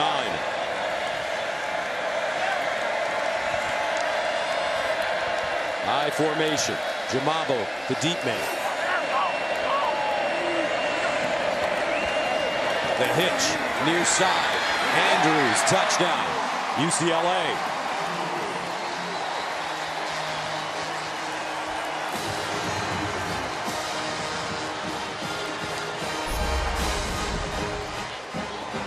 Going to get the motion out of the backfield. And he gets a beneficial matchup right there. And making people miss in space. He makes Howard miss and dances into the end zone. That's too easy there on the outside. Nice drive again for UCLA and Josh Rosen. J.J. Molson, extra point is good. So we've got a 20-point game. 13:22 to play in the fourth quarter. Stranger things have happened. 44-24. UCLA scoring quickly. 75 yards they go in 2 minutes and 2 seconds, then 85 yards in 2 minutes and 4 seconds to cut a 34-point deficit to 20. Well, now you're looking at just a 3-possession game, and that's a lot of time left for just 3 possessions. Remember, Texas A&M now going with a true freshman quarterback. Can UCLA make him make mistakes? Kirk brings it out of the end zone. And knocked out of play as he crosses the 25. Well, if you're the defense now, the strategy has to be that we're going to put every asset we can up to stop the run. Force Kellen Mond to be the difference in the game. Force him to throw the ball, make decisions, attack you in the secondary. Look for man coverage, aggressive technique, and all the safeties up near the line of scrimmage to stop this dominant run game that has churned out a couple of 100-yard rushers, including Travion Williams, that's gone over the 200-yard mark. Mond is 1 of 8 passing. There it is. Man coverage on the outside. Here's a handoff. Not a lot of room for Bussey. He'll pick up a 1.5 yards. Earlier in the game, UCLA was playing with 2 safeties back, but now they drop one of those safeties into the linebacker spot. Now 3 linebackers there, and A&M can't block every one of those players. Again, running the football always just comes down to math. Do you have enough dudes to block their dudes? And on that play, they didn't. 2nd down and 9. Travion Williams back in. He goes in motion. Mond to throw it. Mond winds up down the field, incomplete. 1 for 9. 3rd down and long coming up. And you sense the energy picking up a little bit for UCLA here. They've come out and been very aggressive on this series. It's going to be man coverage. Corners right in the face of the wide receivers. Safeties in the box trying to stop the run.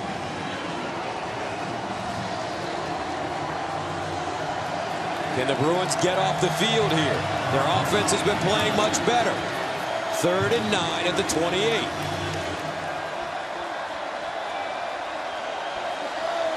Mond out of the shotgun. Mond will throw it under pressure. Uses his legs and picks up a 1st down.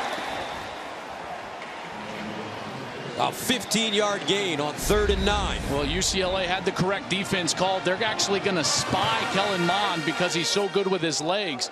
But look at this. He makes the move, and the tackle is not made in space, and he moves the chains. 8 carries, 49 yards for the freshman. And he hands it off to Williams.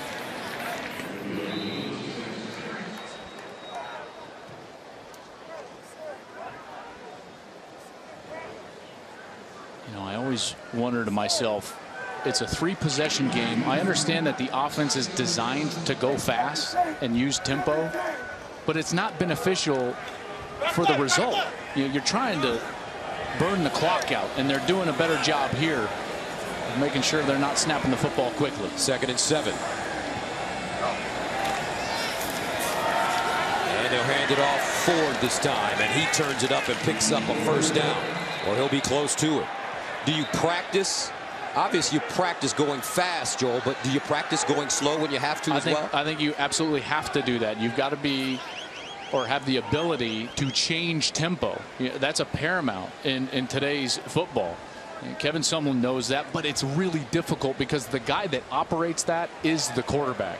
And when you got a true freshman out there and Kellen Mond, I mean, there's so much going through his mind right now. I doubt he's even looked at the play clock yet, which is just up on the side of the goalpost there on that last shot. 11:34 and counting. First down. Mon to throw it. Near side. Ball is caught by Osborne. And he'll gain 5. Good series, though. The conversion on third down. Mon keeps the series going. And now the offensive line starts to wear on him a little bit, and a completion on the outside. They're finding their rhythm here at Texas A&M with a true freshman. He's done a real nice job in this series. Mon getting valuable experience. Week 1. Play fake. Pulls it down. Scrambles. Has to get rid of it. Will not. And he'll take a sack. Phillips again making a play, and that's a 10-yard loss.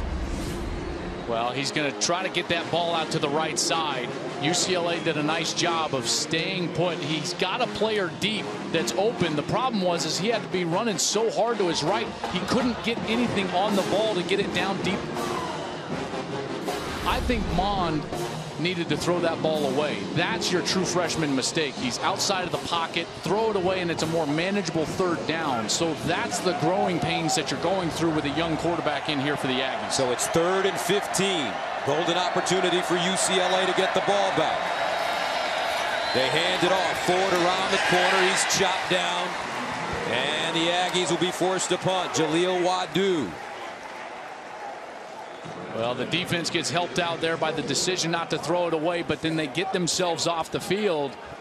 And now you're looking at getting the ball back if you're UCLA, somewhere around that 9 minutes and 20 seconds, 9 minutes and a half. That's a lot of time. I know it's 3 possessions. That's 3 scores. But the defense doing their job, getting the ball back for their quarterback. Back deep, Damian Alloway. Tripucka will punt it away from the 35. Gets it away. Low kick. Alloway. And it takes a bounce and just dies inside the 5. He put some English on that kick. Well done by Shane Tripucka. Josh Rosen and the UCLA offense will start inside their own 5. 24. Texas A&M leading UCLA here in the 4th quarter, but the Bruins have the football, and they'll start from the 4. Time is a factor here because of the 3-possession game, the 3-score game. As a quarterback, you got to create a 0 moment, and at this point for Rosen, I think he's thinking about the 7-minute mark, or where they need to be scoring a touchdown at about the 7-minute mark to make this a legitimate comeback opportunity. 1st and 10 to the 4-yard line. Caleb Wilson has been spectacular. Rosen throws on the run and incomplete. Texas A&M with some pressure up the middle. Kingsley Kiki. Pressure. In the last 2 series, we've seen Texas A&M sit back in zone coverage, and that's why the middle of the field has been open for a guy like Caleb Wilson. On that snap, they actually played a bit of man and tried to take that away from Wilson and Josh Rosen. That's why Rosen didn't have anywhere to go with the ball, because the coverage and man coverage for Texas A&M has been excellent all night long. 2nd and 10.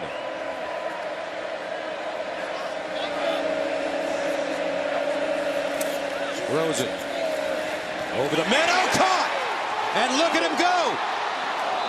Andrews tripped up at the last moment. He could have broke that one for a touchdown, a 28-yard gain.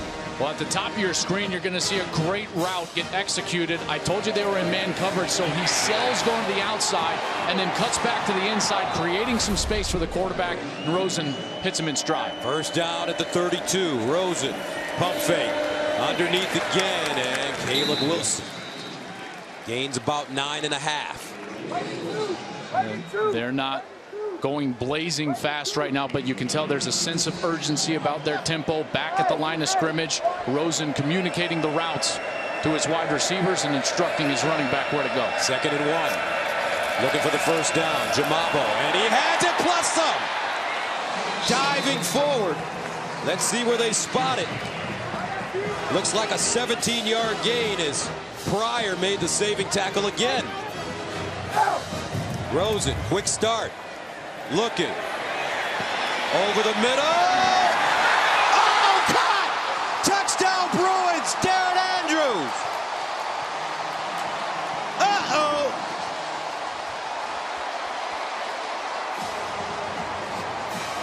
And we have 8 minutes and 12 seconds to play. 96 yards right down the field. Rosen makes a huge mistake. That is right in the hands of Deshaun Capers-Smith. And it goes right there. Andrews was surprised that the ball even hit him into the chest. Huge mistake. A&M can't convert. Extra point good. Bruins go 96 yards in 1 minute and 6 seconds. 8:12 to play. Don't go anywhere, folks. It's going down at the Rose Bowl. The offensive line figuring out a way to protect Josh Rosen. And so far, our progressive performance of the game goes to. Well, it's got to be the rushing game, at least so far, of A&M, because they still do have the 2-possession lead, right? So the progressive performance of the game is these two running backs, Travion Williams and Ford from A&M. 200 yards for Williams, 113 so far for Ford. They have just been eating up the defense. But now we're going to see exactly how good this running game is. And the Bruins send it away, and it will go into the end zone for a touchback. At one point, the score of this game was 44-10. With 4:08 to go in the third quarter, UCLA has scored 3 touchdowns. One drive, 202, another drive, 204. Their last drive, 106. As we look at the progressive performance, Keith Ford and Travion Williams with a combined A&M 361 yards rushing. But here's the question. Can a true freshman quarterback eat this clock up? 8:12 to go. He's got to put together some drives. It's either got to be on the quarterback to put together the drives, or it's got to be on those 5 guys up front. Can you run the ball when they know you have to run the ball? That's championship medal. If you can do that, then you're a team to be reckoned with. First down at the 25 for Kellen Mond. Will throw it. Mond up top. Incomplete. Ratley was open. Mond just couldn't put it on him. There was some extracurricular activity down here on the near side. A flag hit the ground. But Darius Pickett was. After the play was over, unsportsmanlike conduct, taunting, number 6 defense, 15-yard penalty, an automatic first down. I mean, those penalties are just killers. Pickett, the safety, was working on Jamon Osmond, the true freshman, and there was some physical activity at the snap, and Pickett ends up kind of throwing Osmond to the ground, but then he stood over him, points at him. There's no room for that. I mean, you're giving him a free first down now, and you change the field position, because a punt from this point will most likely back you up inside the 20-yard line, even if you can get off the field as a defense. First down at the 40-yard line. Mond. And he throws a missile to Kirk. Christian Kirk with a gain of 15. Now there you go. You talk about, that's their first big-time throw of his college career. In the pocket, needs to complete it, and he throws a corner route on the money. Here's Mond running it. No, he flips it out to Kirk. Kirk. And he'll be knocked out of bounds around the 40-yard line by Darnay Holmes. And a good decision there from Mond. They run the zone read, but he's got the option to still throw it. So it's kind of like the modern version of the triple option. Mond makes a great decision, gets the ball out to Kirk, and creates a second and manageable situation as the redshirt freshman Nick Starkel, who started the game, watches on. 2nd and 4, offside on UCLA. So now the Bruins showing a lack of discipline with the personal foul penalty for taunting by Darius Pickett, and now an offside. Prior to the snap, offside, contact in the neutral zone, 94 defense, 5-yard penalty, 2nd down. Nick Terry.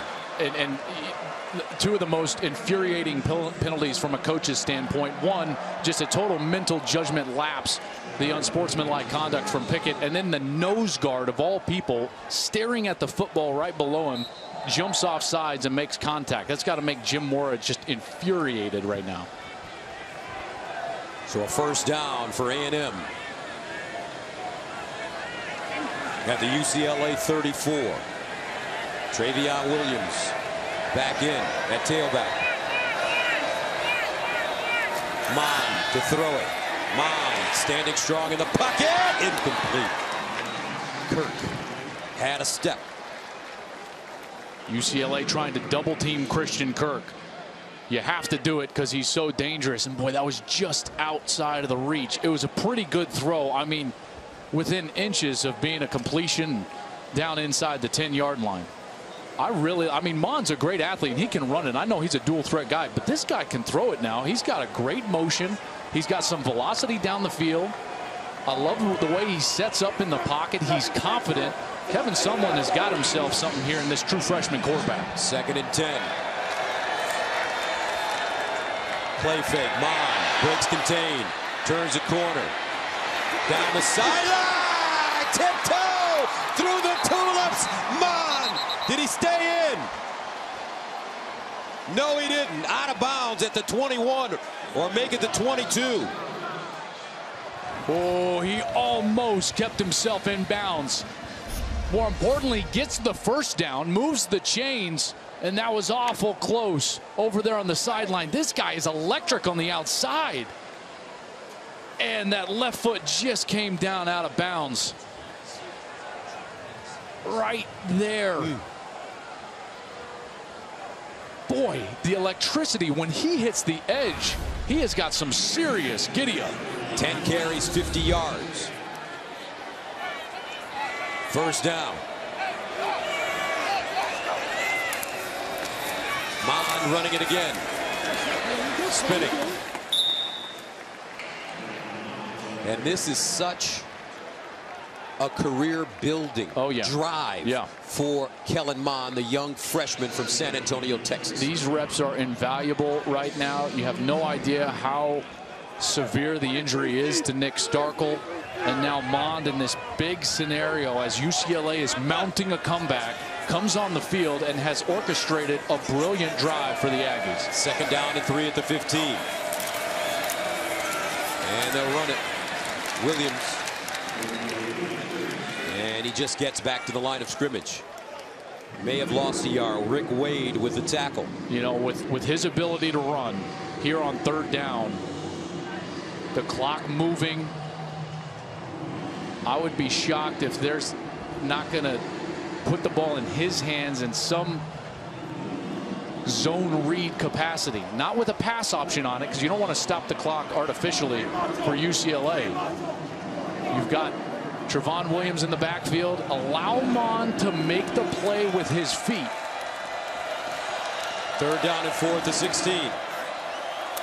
Mond in trouble. And taken down. What a play. Keyshawn Lucier South. Well, you certainly don't want to take a sack in this situation. Lucier South just totally unblocked. Missed assignment up front. Travion Williams, I think he made a mistake. He's supposed to block the edge, the running back. He leaves him free. And Mond did a nice job of at least not turning the ball over. You'd hate to take a sack when you're in field goal range. But at this point, at least they forced UCLA to take a timeout.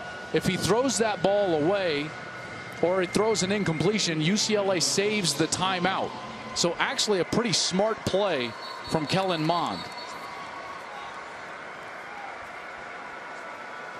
And there's Jerry Neuheisel, who played quarterback here at UCLA, a graduate assistant with Texas A&M. His father, Rick, was the head coach for the Bruins.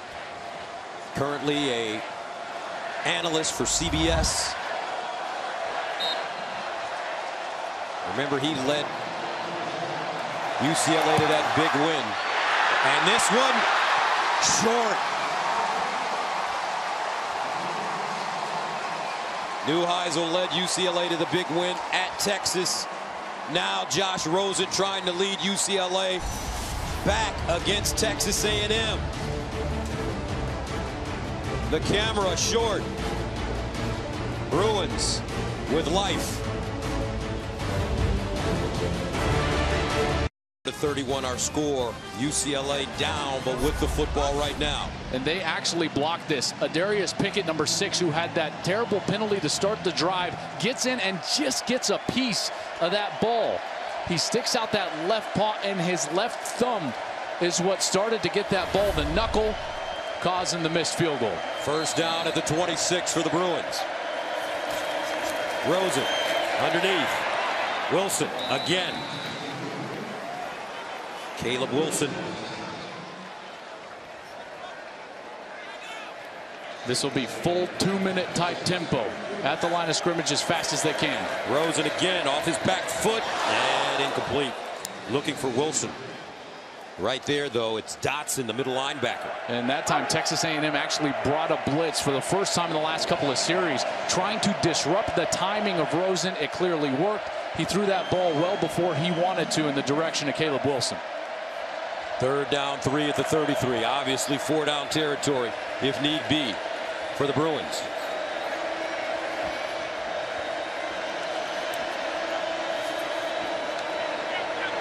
Rosen over the middle, nobody home. So now that brings up 4th down with 4:17 to go in the 4th. Well, Wilson has been the guy all night long. 12 catches, 160 yards. The big tight end for UCLA. First UCLA tight end with 10+ catches since Mercedes Lewis in 2005. 4th and 3.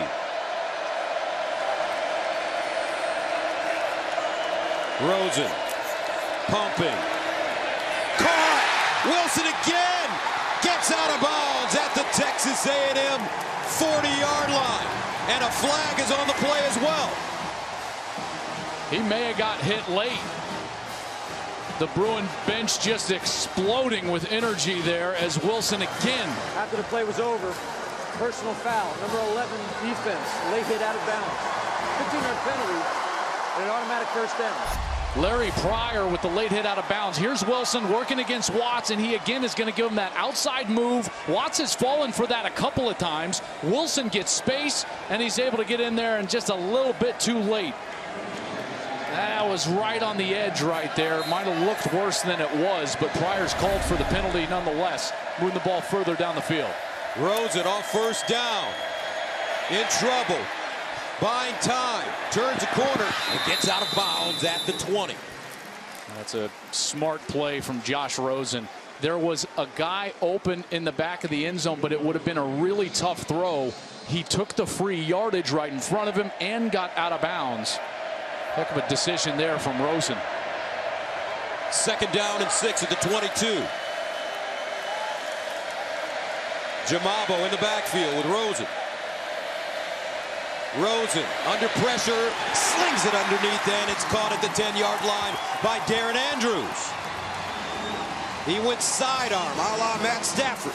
He had to. There was a free rusher. Texas A&M brought a blitz. It was a free rusher in the face of Rosen, but he got him around for the completion. First down at the 11. And the officials blow it dead prior to the snap. Wilson. False start. On the offense, all 11 players were never set prior to the snap. 5-yard penalty, first down. That's a quarterback mistake there. I know he saw the look. He wanted to snap it quickly because Wilson was going to be wide open for the touchdown. But you got to let all 11 players get set. And that's the quarterback's responsibility to make sure that everybody is lined up. So they back it up 5 yards. 1st and 15 at the 16-yard line. It'll give Rosen a little more room to throw it. Josh Rosen under pressure, throws, caught in the end zone, touchdown, Theo Howard. What a throw by Josh Rosen.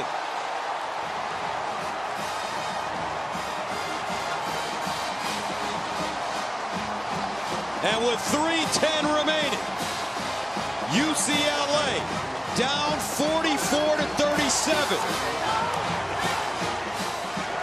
That was one of the more incredible throws I've seen in a long time. Rosen had guys all over him in the backfield.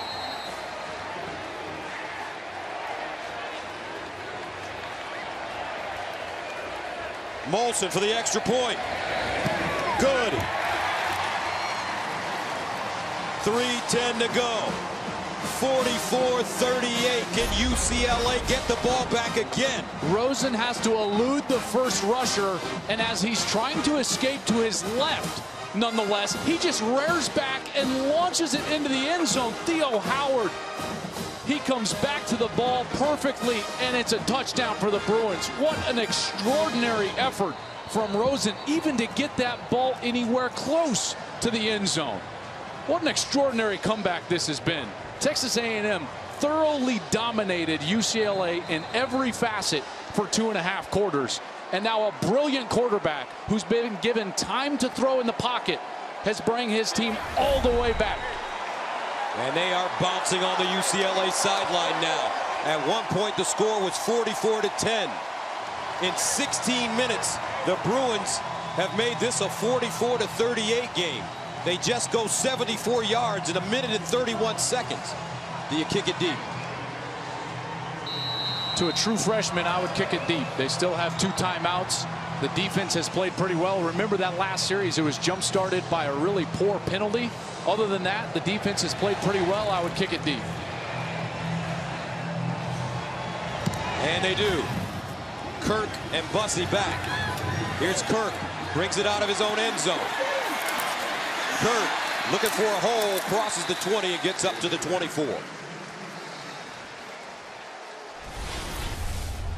Time now for the expectation-shattering drive of the game, sponsored by Buick, and these are drives.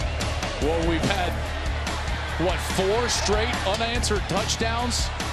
They got a 34-point deficit. They've come all the way back, making this a 6-point game. The extraordinary effort from Josh Rosen, 28 unanswered points for the UCLA Bruins. You give that man some time in the pocket, and he will carve you up. This has been extraordinary in the second half. Now the true freshman back on the field. He's got to milk the clock. Mond running it, looking. And Mond will gain about 4 yards on the play, as Octavius Spencer comes up and knocks him down. They give him 3. Well, we're going to see exactly what Mond is made of here. UCLA calls a timeout. They have 1 remaining. A&M with all 3 of their timeouts remaining. Let's go to Mike Hill for an update. And you guys got a good one there. Got a good one going between Virginia Tech and West Virginia as well. After a huge 46-yard run by Josh Jackson, got Tech inside the 5. Trayvon McMillan taking it home from 3 yards out. That put Tech up 31-24. That's where we stand late in the 4th. Gus. All right, Sarge, thank you very much. We do have a good one. UCLA. We thought they were dead and buried, but somehow Coach Mora has figured out a way for his team to protect Josh Rosen, and he has been paying off. Gus, there were 0 signs of life for UCLA at halftime. Really, even through the first 3 or 4 minutes of the second half. But that man, number 3, I tell you what, man, this has been just quite a show from him. Second down, and they call it 8 at the 25. Mond underneath, incomplete. Jaleel Wadu almost picked that football off. And A&M is trying to go to their most trustworthy offensive weapon, Christian Kirk. But UCLA knows that that's going to be the plan. 2 Bruins on Christian Kirk, double teaming him on the inside and outside. Biggest play of the game coming up right now. 3rd down and 8. UCLA's defense wants to get the ball back to Josh Rosen. Mond, can he make a play? Here's Mond, steps up and sacked. Tuioti Mariner. And A&M will have to punt it away with 2:45 to go. UCLA with 1 timeout left. Here he's going to come from the left defensive end spot. Jacob Tuioti Mariner. Great effort and the sandwich sack. as UCLA gets off the field in a quick manner and is going to give the ball back to Josh Rosen. That defense has had a 180-degree turnaround from what they were at the beginning of the game. Darius Pickett is the deep man. Shane Tripucka will punt it away. UCLA out of timeouts now. They just used their last timeout.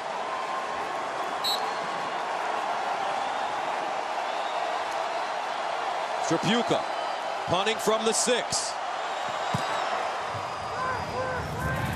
Pickett with the fair catch at the 34. And here we go. 2:39 to go. They say he could be the #1 quarterback selected if he elects to leave UCLA after this season. He's got no timeouts.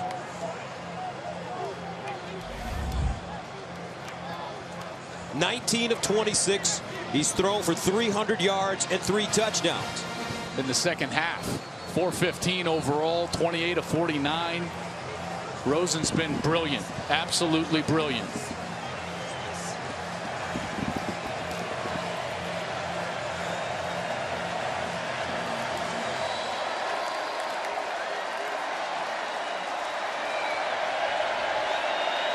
Rosen in the shotgun.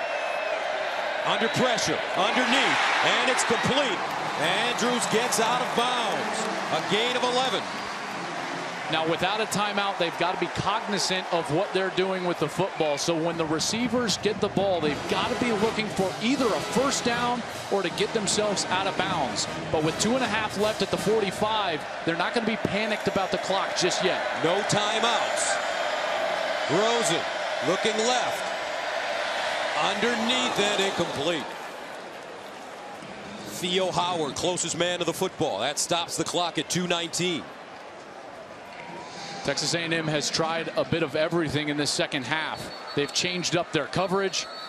They've sat back. They've blitzed. They've done everything. But the difference has been that UCLA has been able to protect Rosen regardless of what A&M is doing defensively. And he's been carving him up as Capers Smith. Deshaun Capers Smith gets his left leg attended to here on the field. They've been running a lot of crossing routes, Gus, because Texas A&M has been playing man coverage underneath. Anytime you've got man-to-man defense, you want to get your wide receivers running across the field. You don't want them settling down in space that makes it too easy to cover them. That's why you're seeing a lot of these underneath throws. If you're going to see a wide receiver come across the field, Rosen's going to want to let him get outside of the hash marks before he hits him. Second down and 10 at the 45.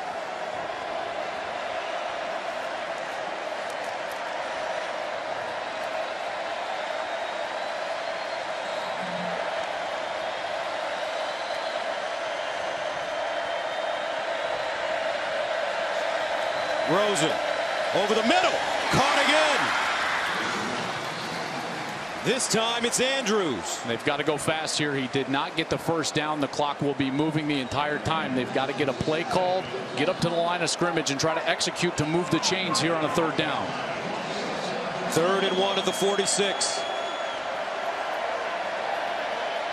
Low snap picked up by Rosen. Underneath, first down, Wilson. Josh Rosen with the hands of Derek Jeter on that play. I mean, that ball was all the way down in his left foot. He goes down and gets it, then gets a good grip in order to throw a nice, accurate ball to Chris. First down and 10 at the 40, Rosen. Wilson again. A 16-yard gain. This kid's hands are unbelievable. Wilson snatches that ball out of the air. First down, Rosen. In trouble. Incomplete. Texas A&M blitzing. And he was so fortunate that that ball wasn't picked off.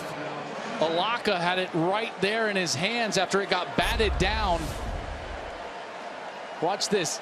Dotson bats it down, and then Alaka, number 42, is going to have a shot at it as he's going to the ground. That could have ended the game right there. But fortunately, Michael Alves deflected it. 2nd and 10 at the 24. Bruins trail 44-10 in the 3rd quarter. Rosen. I think they got a delay here. Play game. Offense. 5-yard penalty. 2nd down. These situations, those mechanics of operation, like looking at the play clock, can leave you because you're so focused on everything else going on in a drive of this magnitude.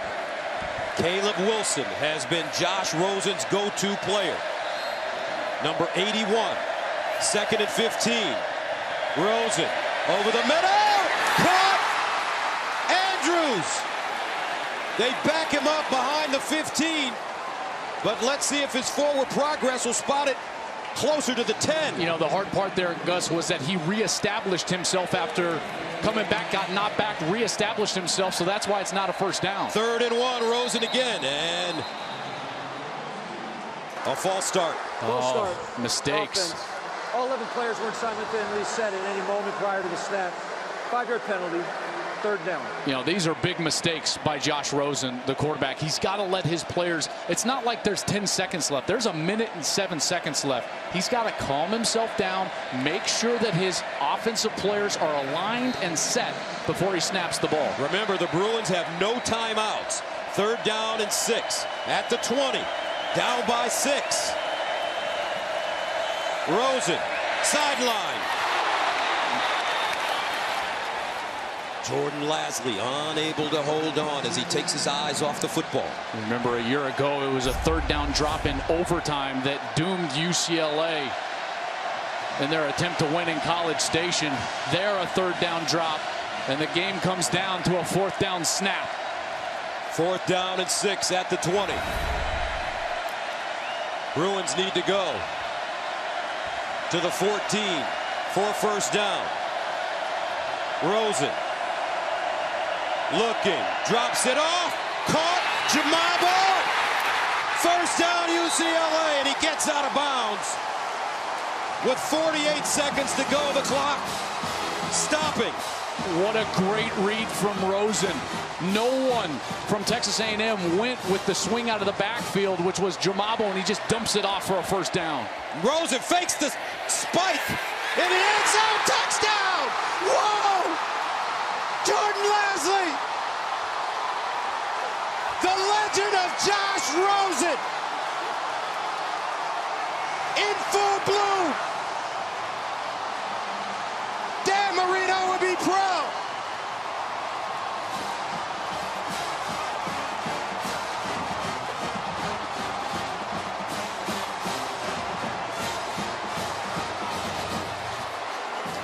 Are you kidding me? But the most important thing now, J.J. Molson in to attempt the extra point to give the Bruins the lead.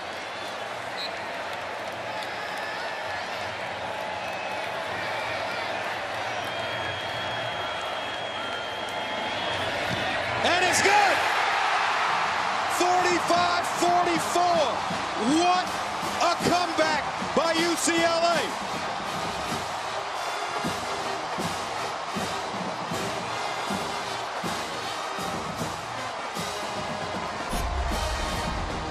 I still don't quite believe what we've just witnessed.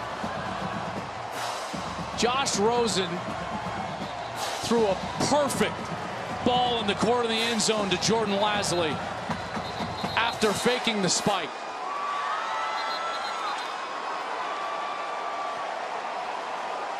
You talk about playing this game with ice water in your veins.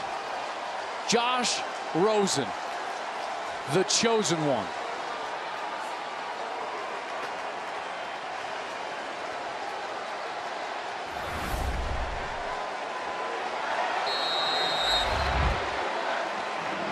His nickname in high school was Chosen Rosen.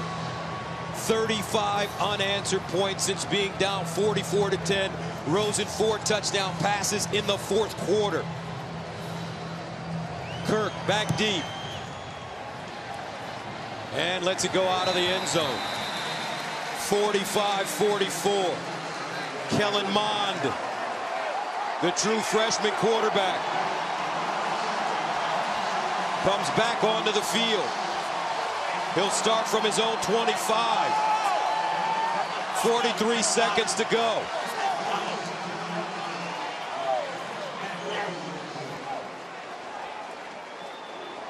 And remember, Daniel LaCamera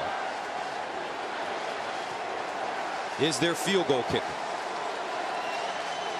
Former soccer player. He has kicked at least a 68-yard field goal in high school. 1st and 10 at the 25. Mond drops it off, incomplete. Intended for Williams. Where do the Aggies have to go to get in field goal range?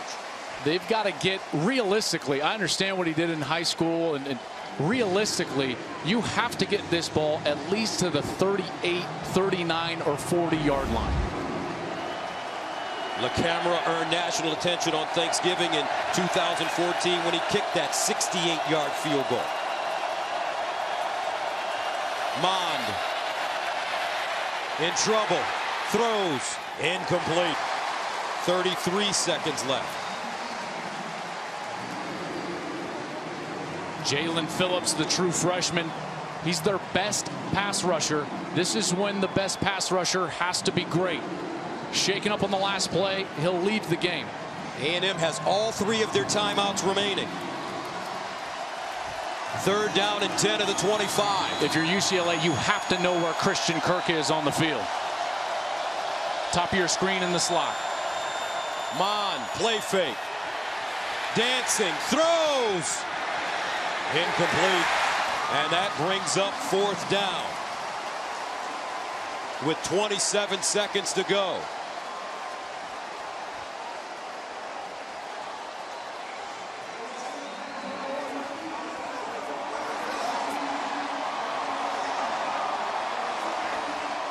Fourth and 10 from the 25.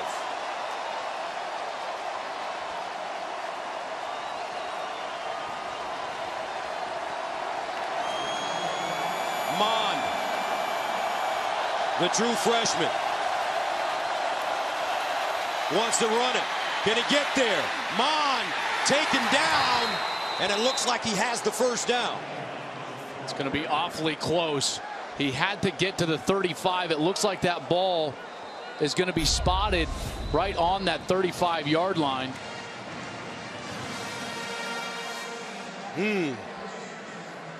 Boy, that looked like the spot was favorable by what, about the length of the football based on that replay. Inyaruka is the one that was hustling after him, number 93. He's a junior college transfer, and it looks like that spot is about the length of the football off. Based on where he hits the ground with his elbow, that ball should be about a foot short. On the previous plays that the runner was able to make it to the line of the game, resulting in a 1st down. This play is now under video review. They will take a look, and Gus, I don't think he got there. Let's go to Dean Blandino, our rules analyst. Dean, can you hear us? Yeah, guys, I'm here. I'm looking at it, and you can see the backside is down. The elbow hits. He needed to get to the 35. That ball's about a half-yard short of the line of game. And if that is true, Texas A&M will turn it over on downs. There's 20 seconds to go. There's the look. Pretty clear. Remember, they're going to need the indisputable video evidence. That right there is indisputable video evidence that UCLA is going to walk out of here with a victory after being down by 34 points in the second half. Remarkable. But will it be reversed?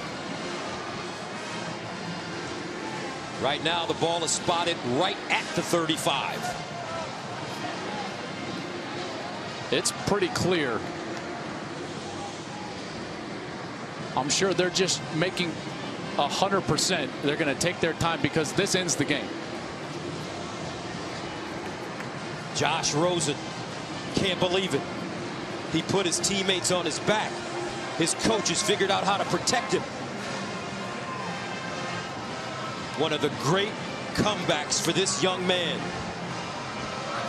In the fourth quarter alone, 19 of 26, 292, 4 touchdowns. And the Aggies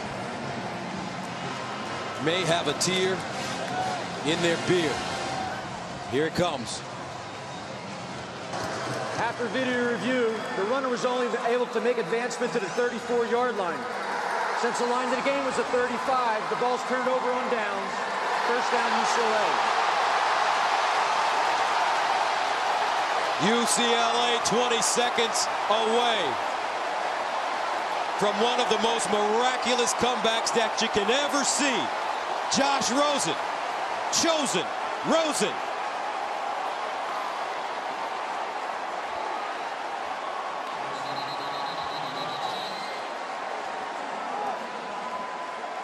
Texas A&M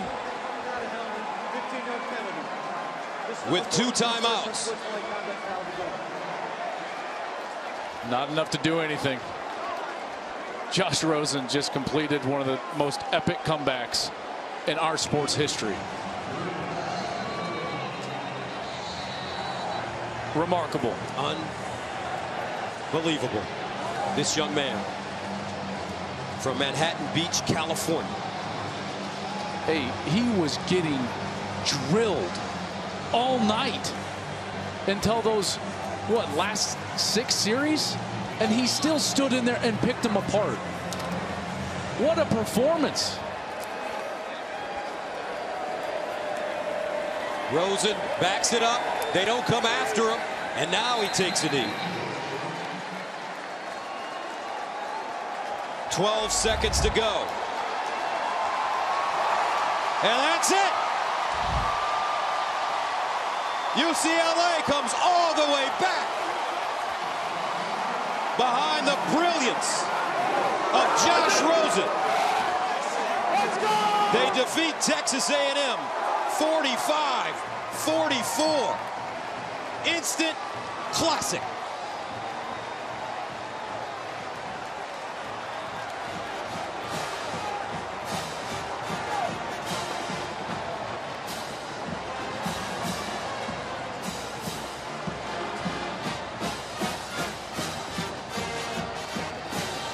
Did that just happen? I'm shaking my head right now, Coach.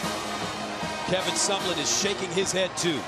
The pressure will mount on him this week as the Aggies return to College Station.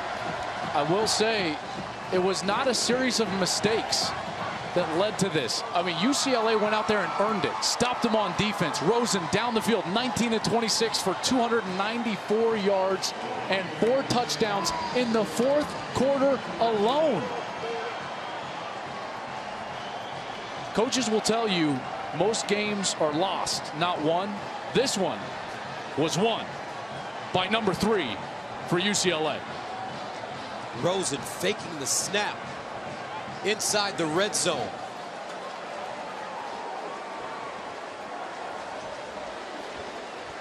And as our Bill Rafter would say about Josh Rosen, onions. Let's go downstairs to Jenny Taft. Josh, it is hard to describe what we just witnessed from you, bringing this team back 34 points. How did you do it? I mean, at a certain point, you just got to play your offensive drives and not focus on anything else. You play the best football you can and hope that you come out on the better side in the end of it. It has been almost 11 months since you last played for this team, and home at the Rose Bowl, you get the win in this fashion. What does it mean to you? It feels great. It's been a long off season. It's been a long, long off season. A lot of thinking, a lot of reflection, and hopefully this is just the first step to a long and very successful season.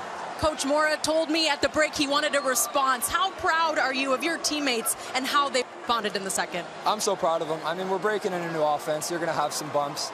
And in the first half, early in the first half, we just weren't getting off to the right foot. And I guess we just kind of needed a little spark in the second half, and that's what we got. And And at a certain point, it started to get bleak. But we're playing against ourselves, our own championship standard every single day. And we just wanted to go out and execute on offense and then hope that it ended up well. All right, well, you go enjoy this tonight. Thank you, Josh. Thank you. Gus? Humility, Josh Rosen. But what an ending. UCLA climbs the mountain behind this man, their leader, chosen Josh Rosen. Coming up, we'll wrap it up from the Rose Bowl. Bruins on top of the Aggies. Wow.